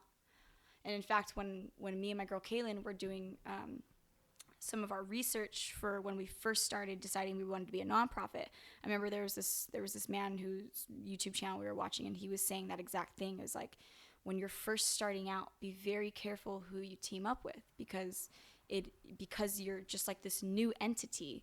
People can easily take it and morph it into something that you don't want it to be, and it can just start rolling on its own. I mean, you're completely right. Like, I forgot who I was talking to, but somebody was like, with Caffeine and Green specifically. Yeah.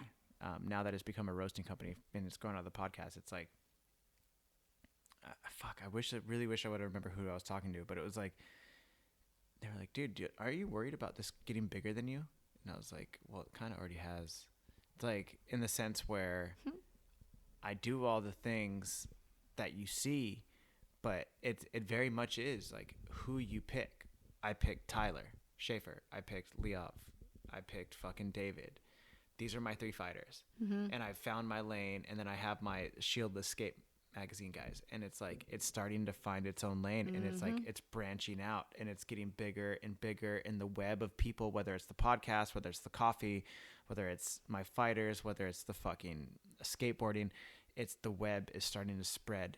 And then you start to see people like, hey, I'm working with this person, and they all know each other because they're like, oh, I reached out because I knew they were on your podcast, or I knew that they worked with you. And these things are starting to grow bigger and bigger and bigger outside of, and it's like, it gets to a point where you're like, oh shit. Like, Totally. I grew a little bit, like, like, what do I do? And then it's at the end of the day, if the intentions are pure, yeah, I think you're going to be okay. Yeah. But it's like what we talked about. I don't know if it was before the podcast now, because we've been talking for a while, but if it was before the podcast or at some point during the podcast, you have to sift through the bullshit. Yeah. There's people who are intentions, right? We talked about this. Like, there's going to be people who are doing it for the wrong reasons, and there's going to be people who are doing it for all the right reasons. Yes. You have to sift through the bullshit to see what they're doing it for. Yes. At the end of the day, even if they're doing it for themselves, like in a selfish way that's not beneficial to like actually caring about the environment, they're still promoting you. Totally. And it's like, Right. For me, and I'm not even in your position, but for me, that would be a hard pill to swallow, because it's like, you want it to be so pure. Like, no, you give a fuck. Mm-hmm. You really give a fuck about the environment. You really give a fuck about this cause, if you will. That's what I wanted from the coffee. Like, I wanted people to give a fuck about the coffee. At the end of the day, and this is not to throw shade or like call people out. It's like, I'm going to give coffee to you because that's me. Yeah. That's like, you're feeling the coffee. Like, you might not have had the Caffeine and Green, but you have bought Caffeine and Green, but like, you had the cafe that I used to work at, and that shit like tasted good because it was community, and like, you're getting me when you feel it. Yes. Like, you're getting that energy. You're getting that love and attention to detail. Yeah. Because that's what I love to do. Yeah. But, and that's what I feel off of you when you're doing these cleanups. Like, dude, that's what you fucking love to do. So it's like, at the same time, it's like, I haven't been able to go to those because I'm working during those hours. Dude, yeah. But the I thing understand. is like the day I have off to be able to do the shit that you're doing, I'm going to go because I know it's not even about me at that point. It's about, yo, this is for Essence.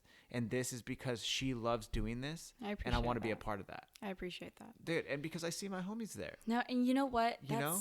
Yeah, I feel you. That's something that I'm truly learning. I've been learning a lot recently. It's like I need to support the people around me.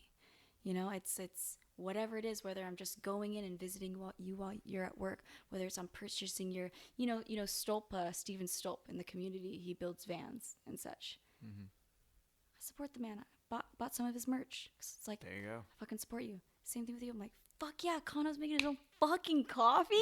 Boyfriend, we be coughing some of this right now. I fucking dropped it off at Burnside when you got it. Yeah. Yes, you did. Yes, you did. It's like we have to be supporting each other.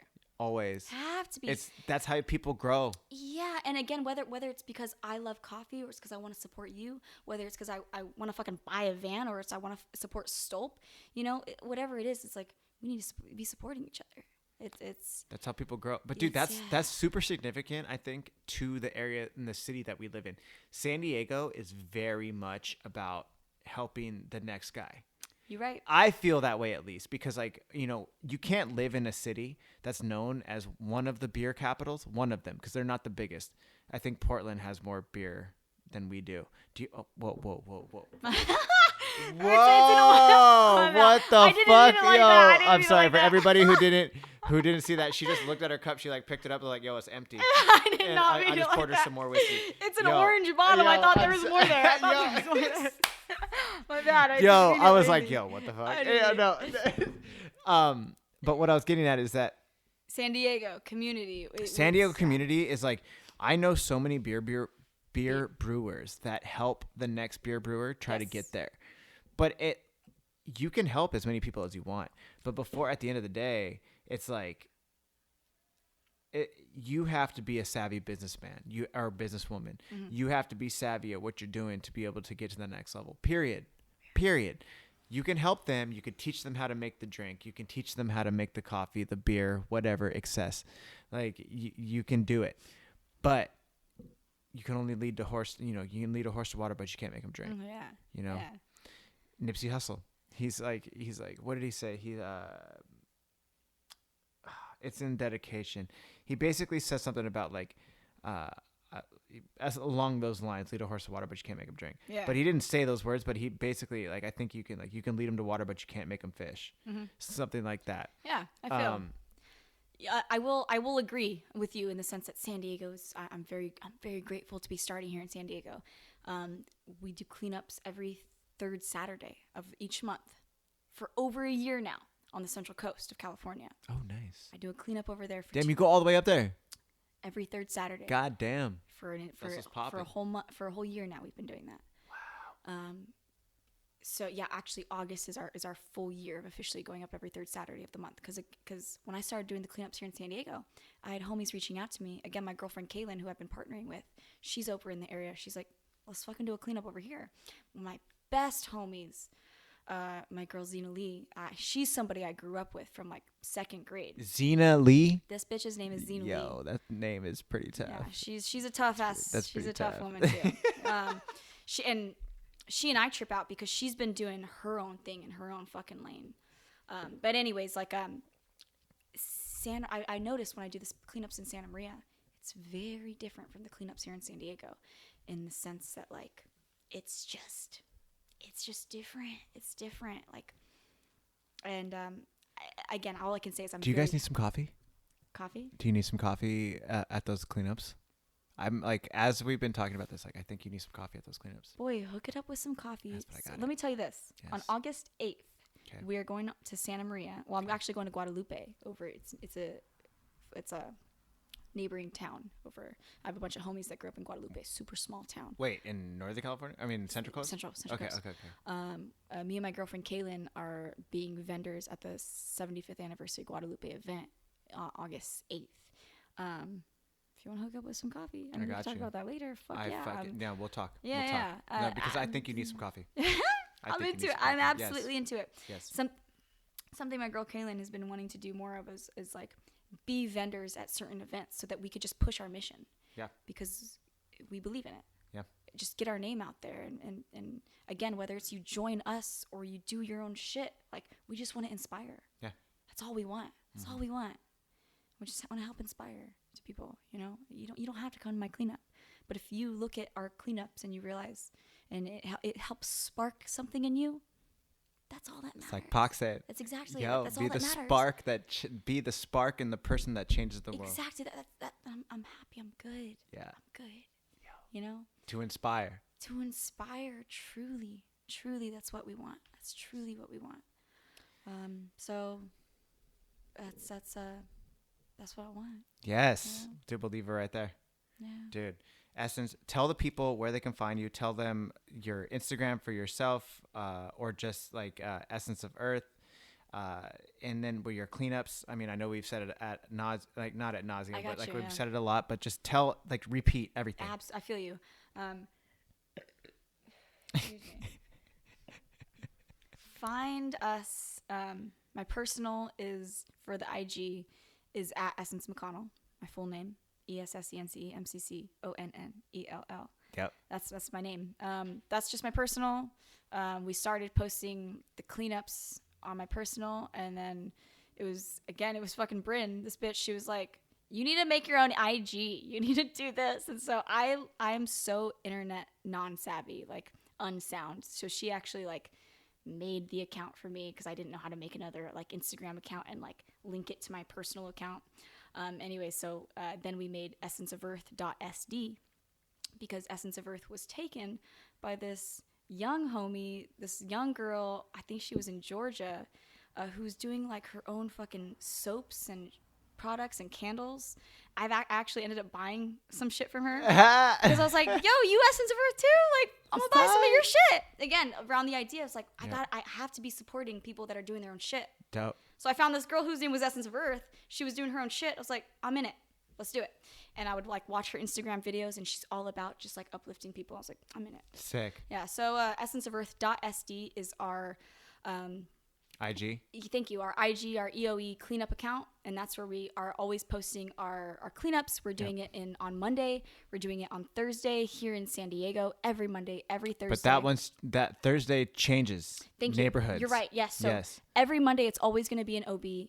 Every Thursday for every month, we do a new location. So pay attention to the Instagram to get the new location of where it's going to be. Correct. Yes. So every month we'll do a new homies neighborhood in San Diego. Correct. That's in San Diego. So the goal is to have individuals that are part of the team feel proud of their hood. Okay. That's the goal. So right now for the rest of the month of July we're in, and I think we're going to continue on with August just because it's been such a hectic month. Just me with being busy. I think we're just going to stick it over at Sherman Heights. Sherman Heights is where me and a couple other homies live. So we're going to stick with Sherman Heights on Thursdays for the rest of this month, probably the rest of August as well.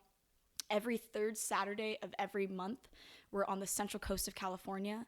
In August, the third Saturday, I'm not sure what that falls on. I think it falls on like the 17th or something like that. We're going to be in Guadalupe again. Guadalupe, California. Guadalupe, not California. Mexico. Yeah, yes. thank you. Okay. Yes. We're very close to Mexico. That's why I'm just making sure. Fair. Holy shit, I'm not even thinking. Yes, so I'm from Santa Maria, California. So in Guadalupe, California, that's where we're going to be. And again, every third Saturday of every month, we're in a new location up there as well. I have a team over there. I'm very grateful for. Dope. So the website is essenceof.earth. At our website, you could just see the videos of basically how we first started, which was just Cameron and I. Wait, essence of .earth? There's no .com or correct. Essenceof.earth. Okay. www.essenceof.earth. So there you can see we have a calendar I update it every month. Because we know exactly where we're going to be at the beginning of every month. On the website, you could see our stats of all the cigarette butts, CRV that we've picked up. What's CRV? CRV is California Refund Value. Okay. So, for instance, basically anything you could get out of a vending machine has a California refund value. Like a glass bottle, plastic bottle. Correct. So those are the things that you bring to certain places and you get like 5 cents back. Okay. So we keep stats of all of that. That's how we started keeping weight. So I think to date, like we've picked up maybe 300 pounds of glass, I think, like maybe 100 something pounds of plastic. But just recently, just within the past 2 weeks, actually, we got like a handheld scale to start keeping track of actual landfill weight. So today, for instance, we picked up, I think, over 35 pounds of waste that would have been on the streets and into the ocean just in 1 hour. Damn. Yeah. Really? In an hour? 35 pounds hour. in an hour. In 1 hour. How many Yeah. people helped? Today we had a handful of heads today. We had like maybe 12, 15 heads today. God damn. Yeah. 35 pounds of trash. Yeah, 35 pounds That of is trash. so much trash. Yeah, it's Yo, thank you. On behalf of everybody who Thank is you, yeah. listening, thank you. and it's crazy because plastic, it's like you could have an entire bucket of plastic and it comes out to like 0.5 pounds. So it's I think we have kind of an unhealthy need for numbers in our society, but at the same time, I also think numbers allow us to have a different understanding of certain impacts. Yes. So yeah, that's kind of the plug. It's essenceof.earth is the website. Okay. Essenceoferth.sd is the IG. Yes. Essence Mcconnell is my personal Yes. IG. Yes. And I recently started posting on Facebook because we have a couple homies in Central Coast that only use Facebook. But I'm not very well versed with technology and social media, so I'm really doing my best. Okay. Because it's just me. It's just me on like the social media deck, and then my girlfriend Kaylin, who's helping like with the behind the scenes type of shit. But it's just us. Really, Cameron's doing our video edits when we do a video. But other than that, like, it's just us, So what we're doing, it's just us. So if anyone ever wants to come through, it's our arms are open. The goal is to just build community and uplift one another and challenge each other to do better. And clean up the coast. Clean up clean up coast. everything. Clean up the earth. Clean up the environment. Hopefully that can inspire us to clean up our lives and live better lives and be better. That's where we'll leave it right there. Okay, I'm into it. Squat. Squat. Dude, Essence, thank you so much for coming through the podcast. Kano, I am very grateful. Dude. Thank you very much. I'm so proud of you. Fuck and yeah. I feel very happy to have been here tonight. Thank you. Dude, I'm proud of you. Dude, it's like what Leov said the other night or last night. She was like, "You're doing big things." Yeah. Yo, I could not agree bitch is more. doing big things Yo, too. dude, It's coming from this woman too. Yo, I know. But like, you're doing big things, and I think what you're doing is very selfless. I appreciate I that. think the world needs more people like you to give a fuck. Whether it's, and like I was saying in South Korea, they care. Yeah, that's right. I think they, in our country specifically, people need to care a little bit more. Yeah. Just like, because this is all of our homes. Yeah. And we're all connected. And I think if more people gave a fuck about their environment, and I get it, everybody has a different environment and it's harder. Yeah. But Yeah, if you can be a part of a community that does give a fuck and does care, that's all the spark that you need. So thank you for doing what you're doing. I wish you the most success. And, I tell everybody who comes on the podcast, is like, this is not the last time you're going to be on the podcast. There's always a revolving door. And, with every new thing that you're going to do and every new shining thing that you're going to do, like, I want you to come on and like, dude, like I said, we're going to get you some coffee. Like, 100. Like, we got to get you some carafes and like, we can get you some coughs and like, I truly am into it. Coughs, cafe cups or coffee cups. And just, we'll figure something out. I'm into it. Yeah, we'll get it. Super into it. Dude, thank you again. And I will fucking see you out there soon. Kano. Thank you. Yeah, thank you. All right. Peace. Yes, thank you so much, Essence. That was an amazing podcast. I mean, if I didn't already love her, I love her even more now. She's so friggin' rad. Give her a follow at Essence of Earth San Diego, and let's all do our part. Pick up some trash in your local community or the beach, just whatever, even just one piece if you can. Yes. And guys, like always, I just want to say thank you to everybody who continues to support and listen to Caffeine and Green every single week around the world. I love y'all. I see y'all. I appreciate you guys. And also, thank you to everybody who continues to buy coffee and keep caffeineandgreenroasting.com alive. So, guys, thank you, and please take care of each other. Wear your mask, be nice, and just, I'll see you guys next week. Thank you so much. Peace!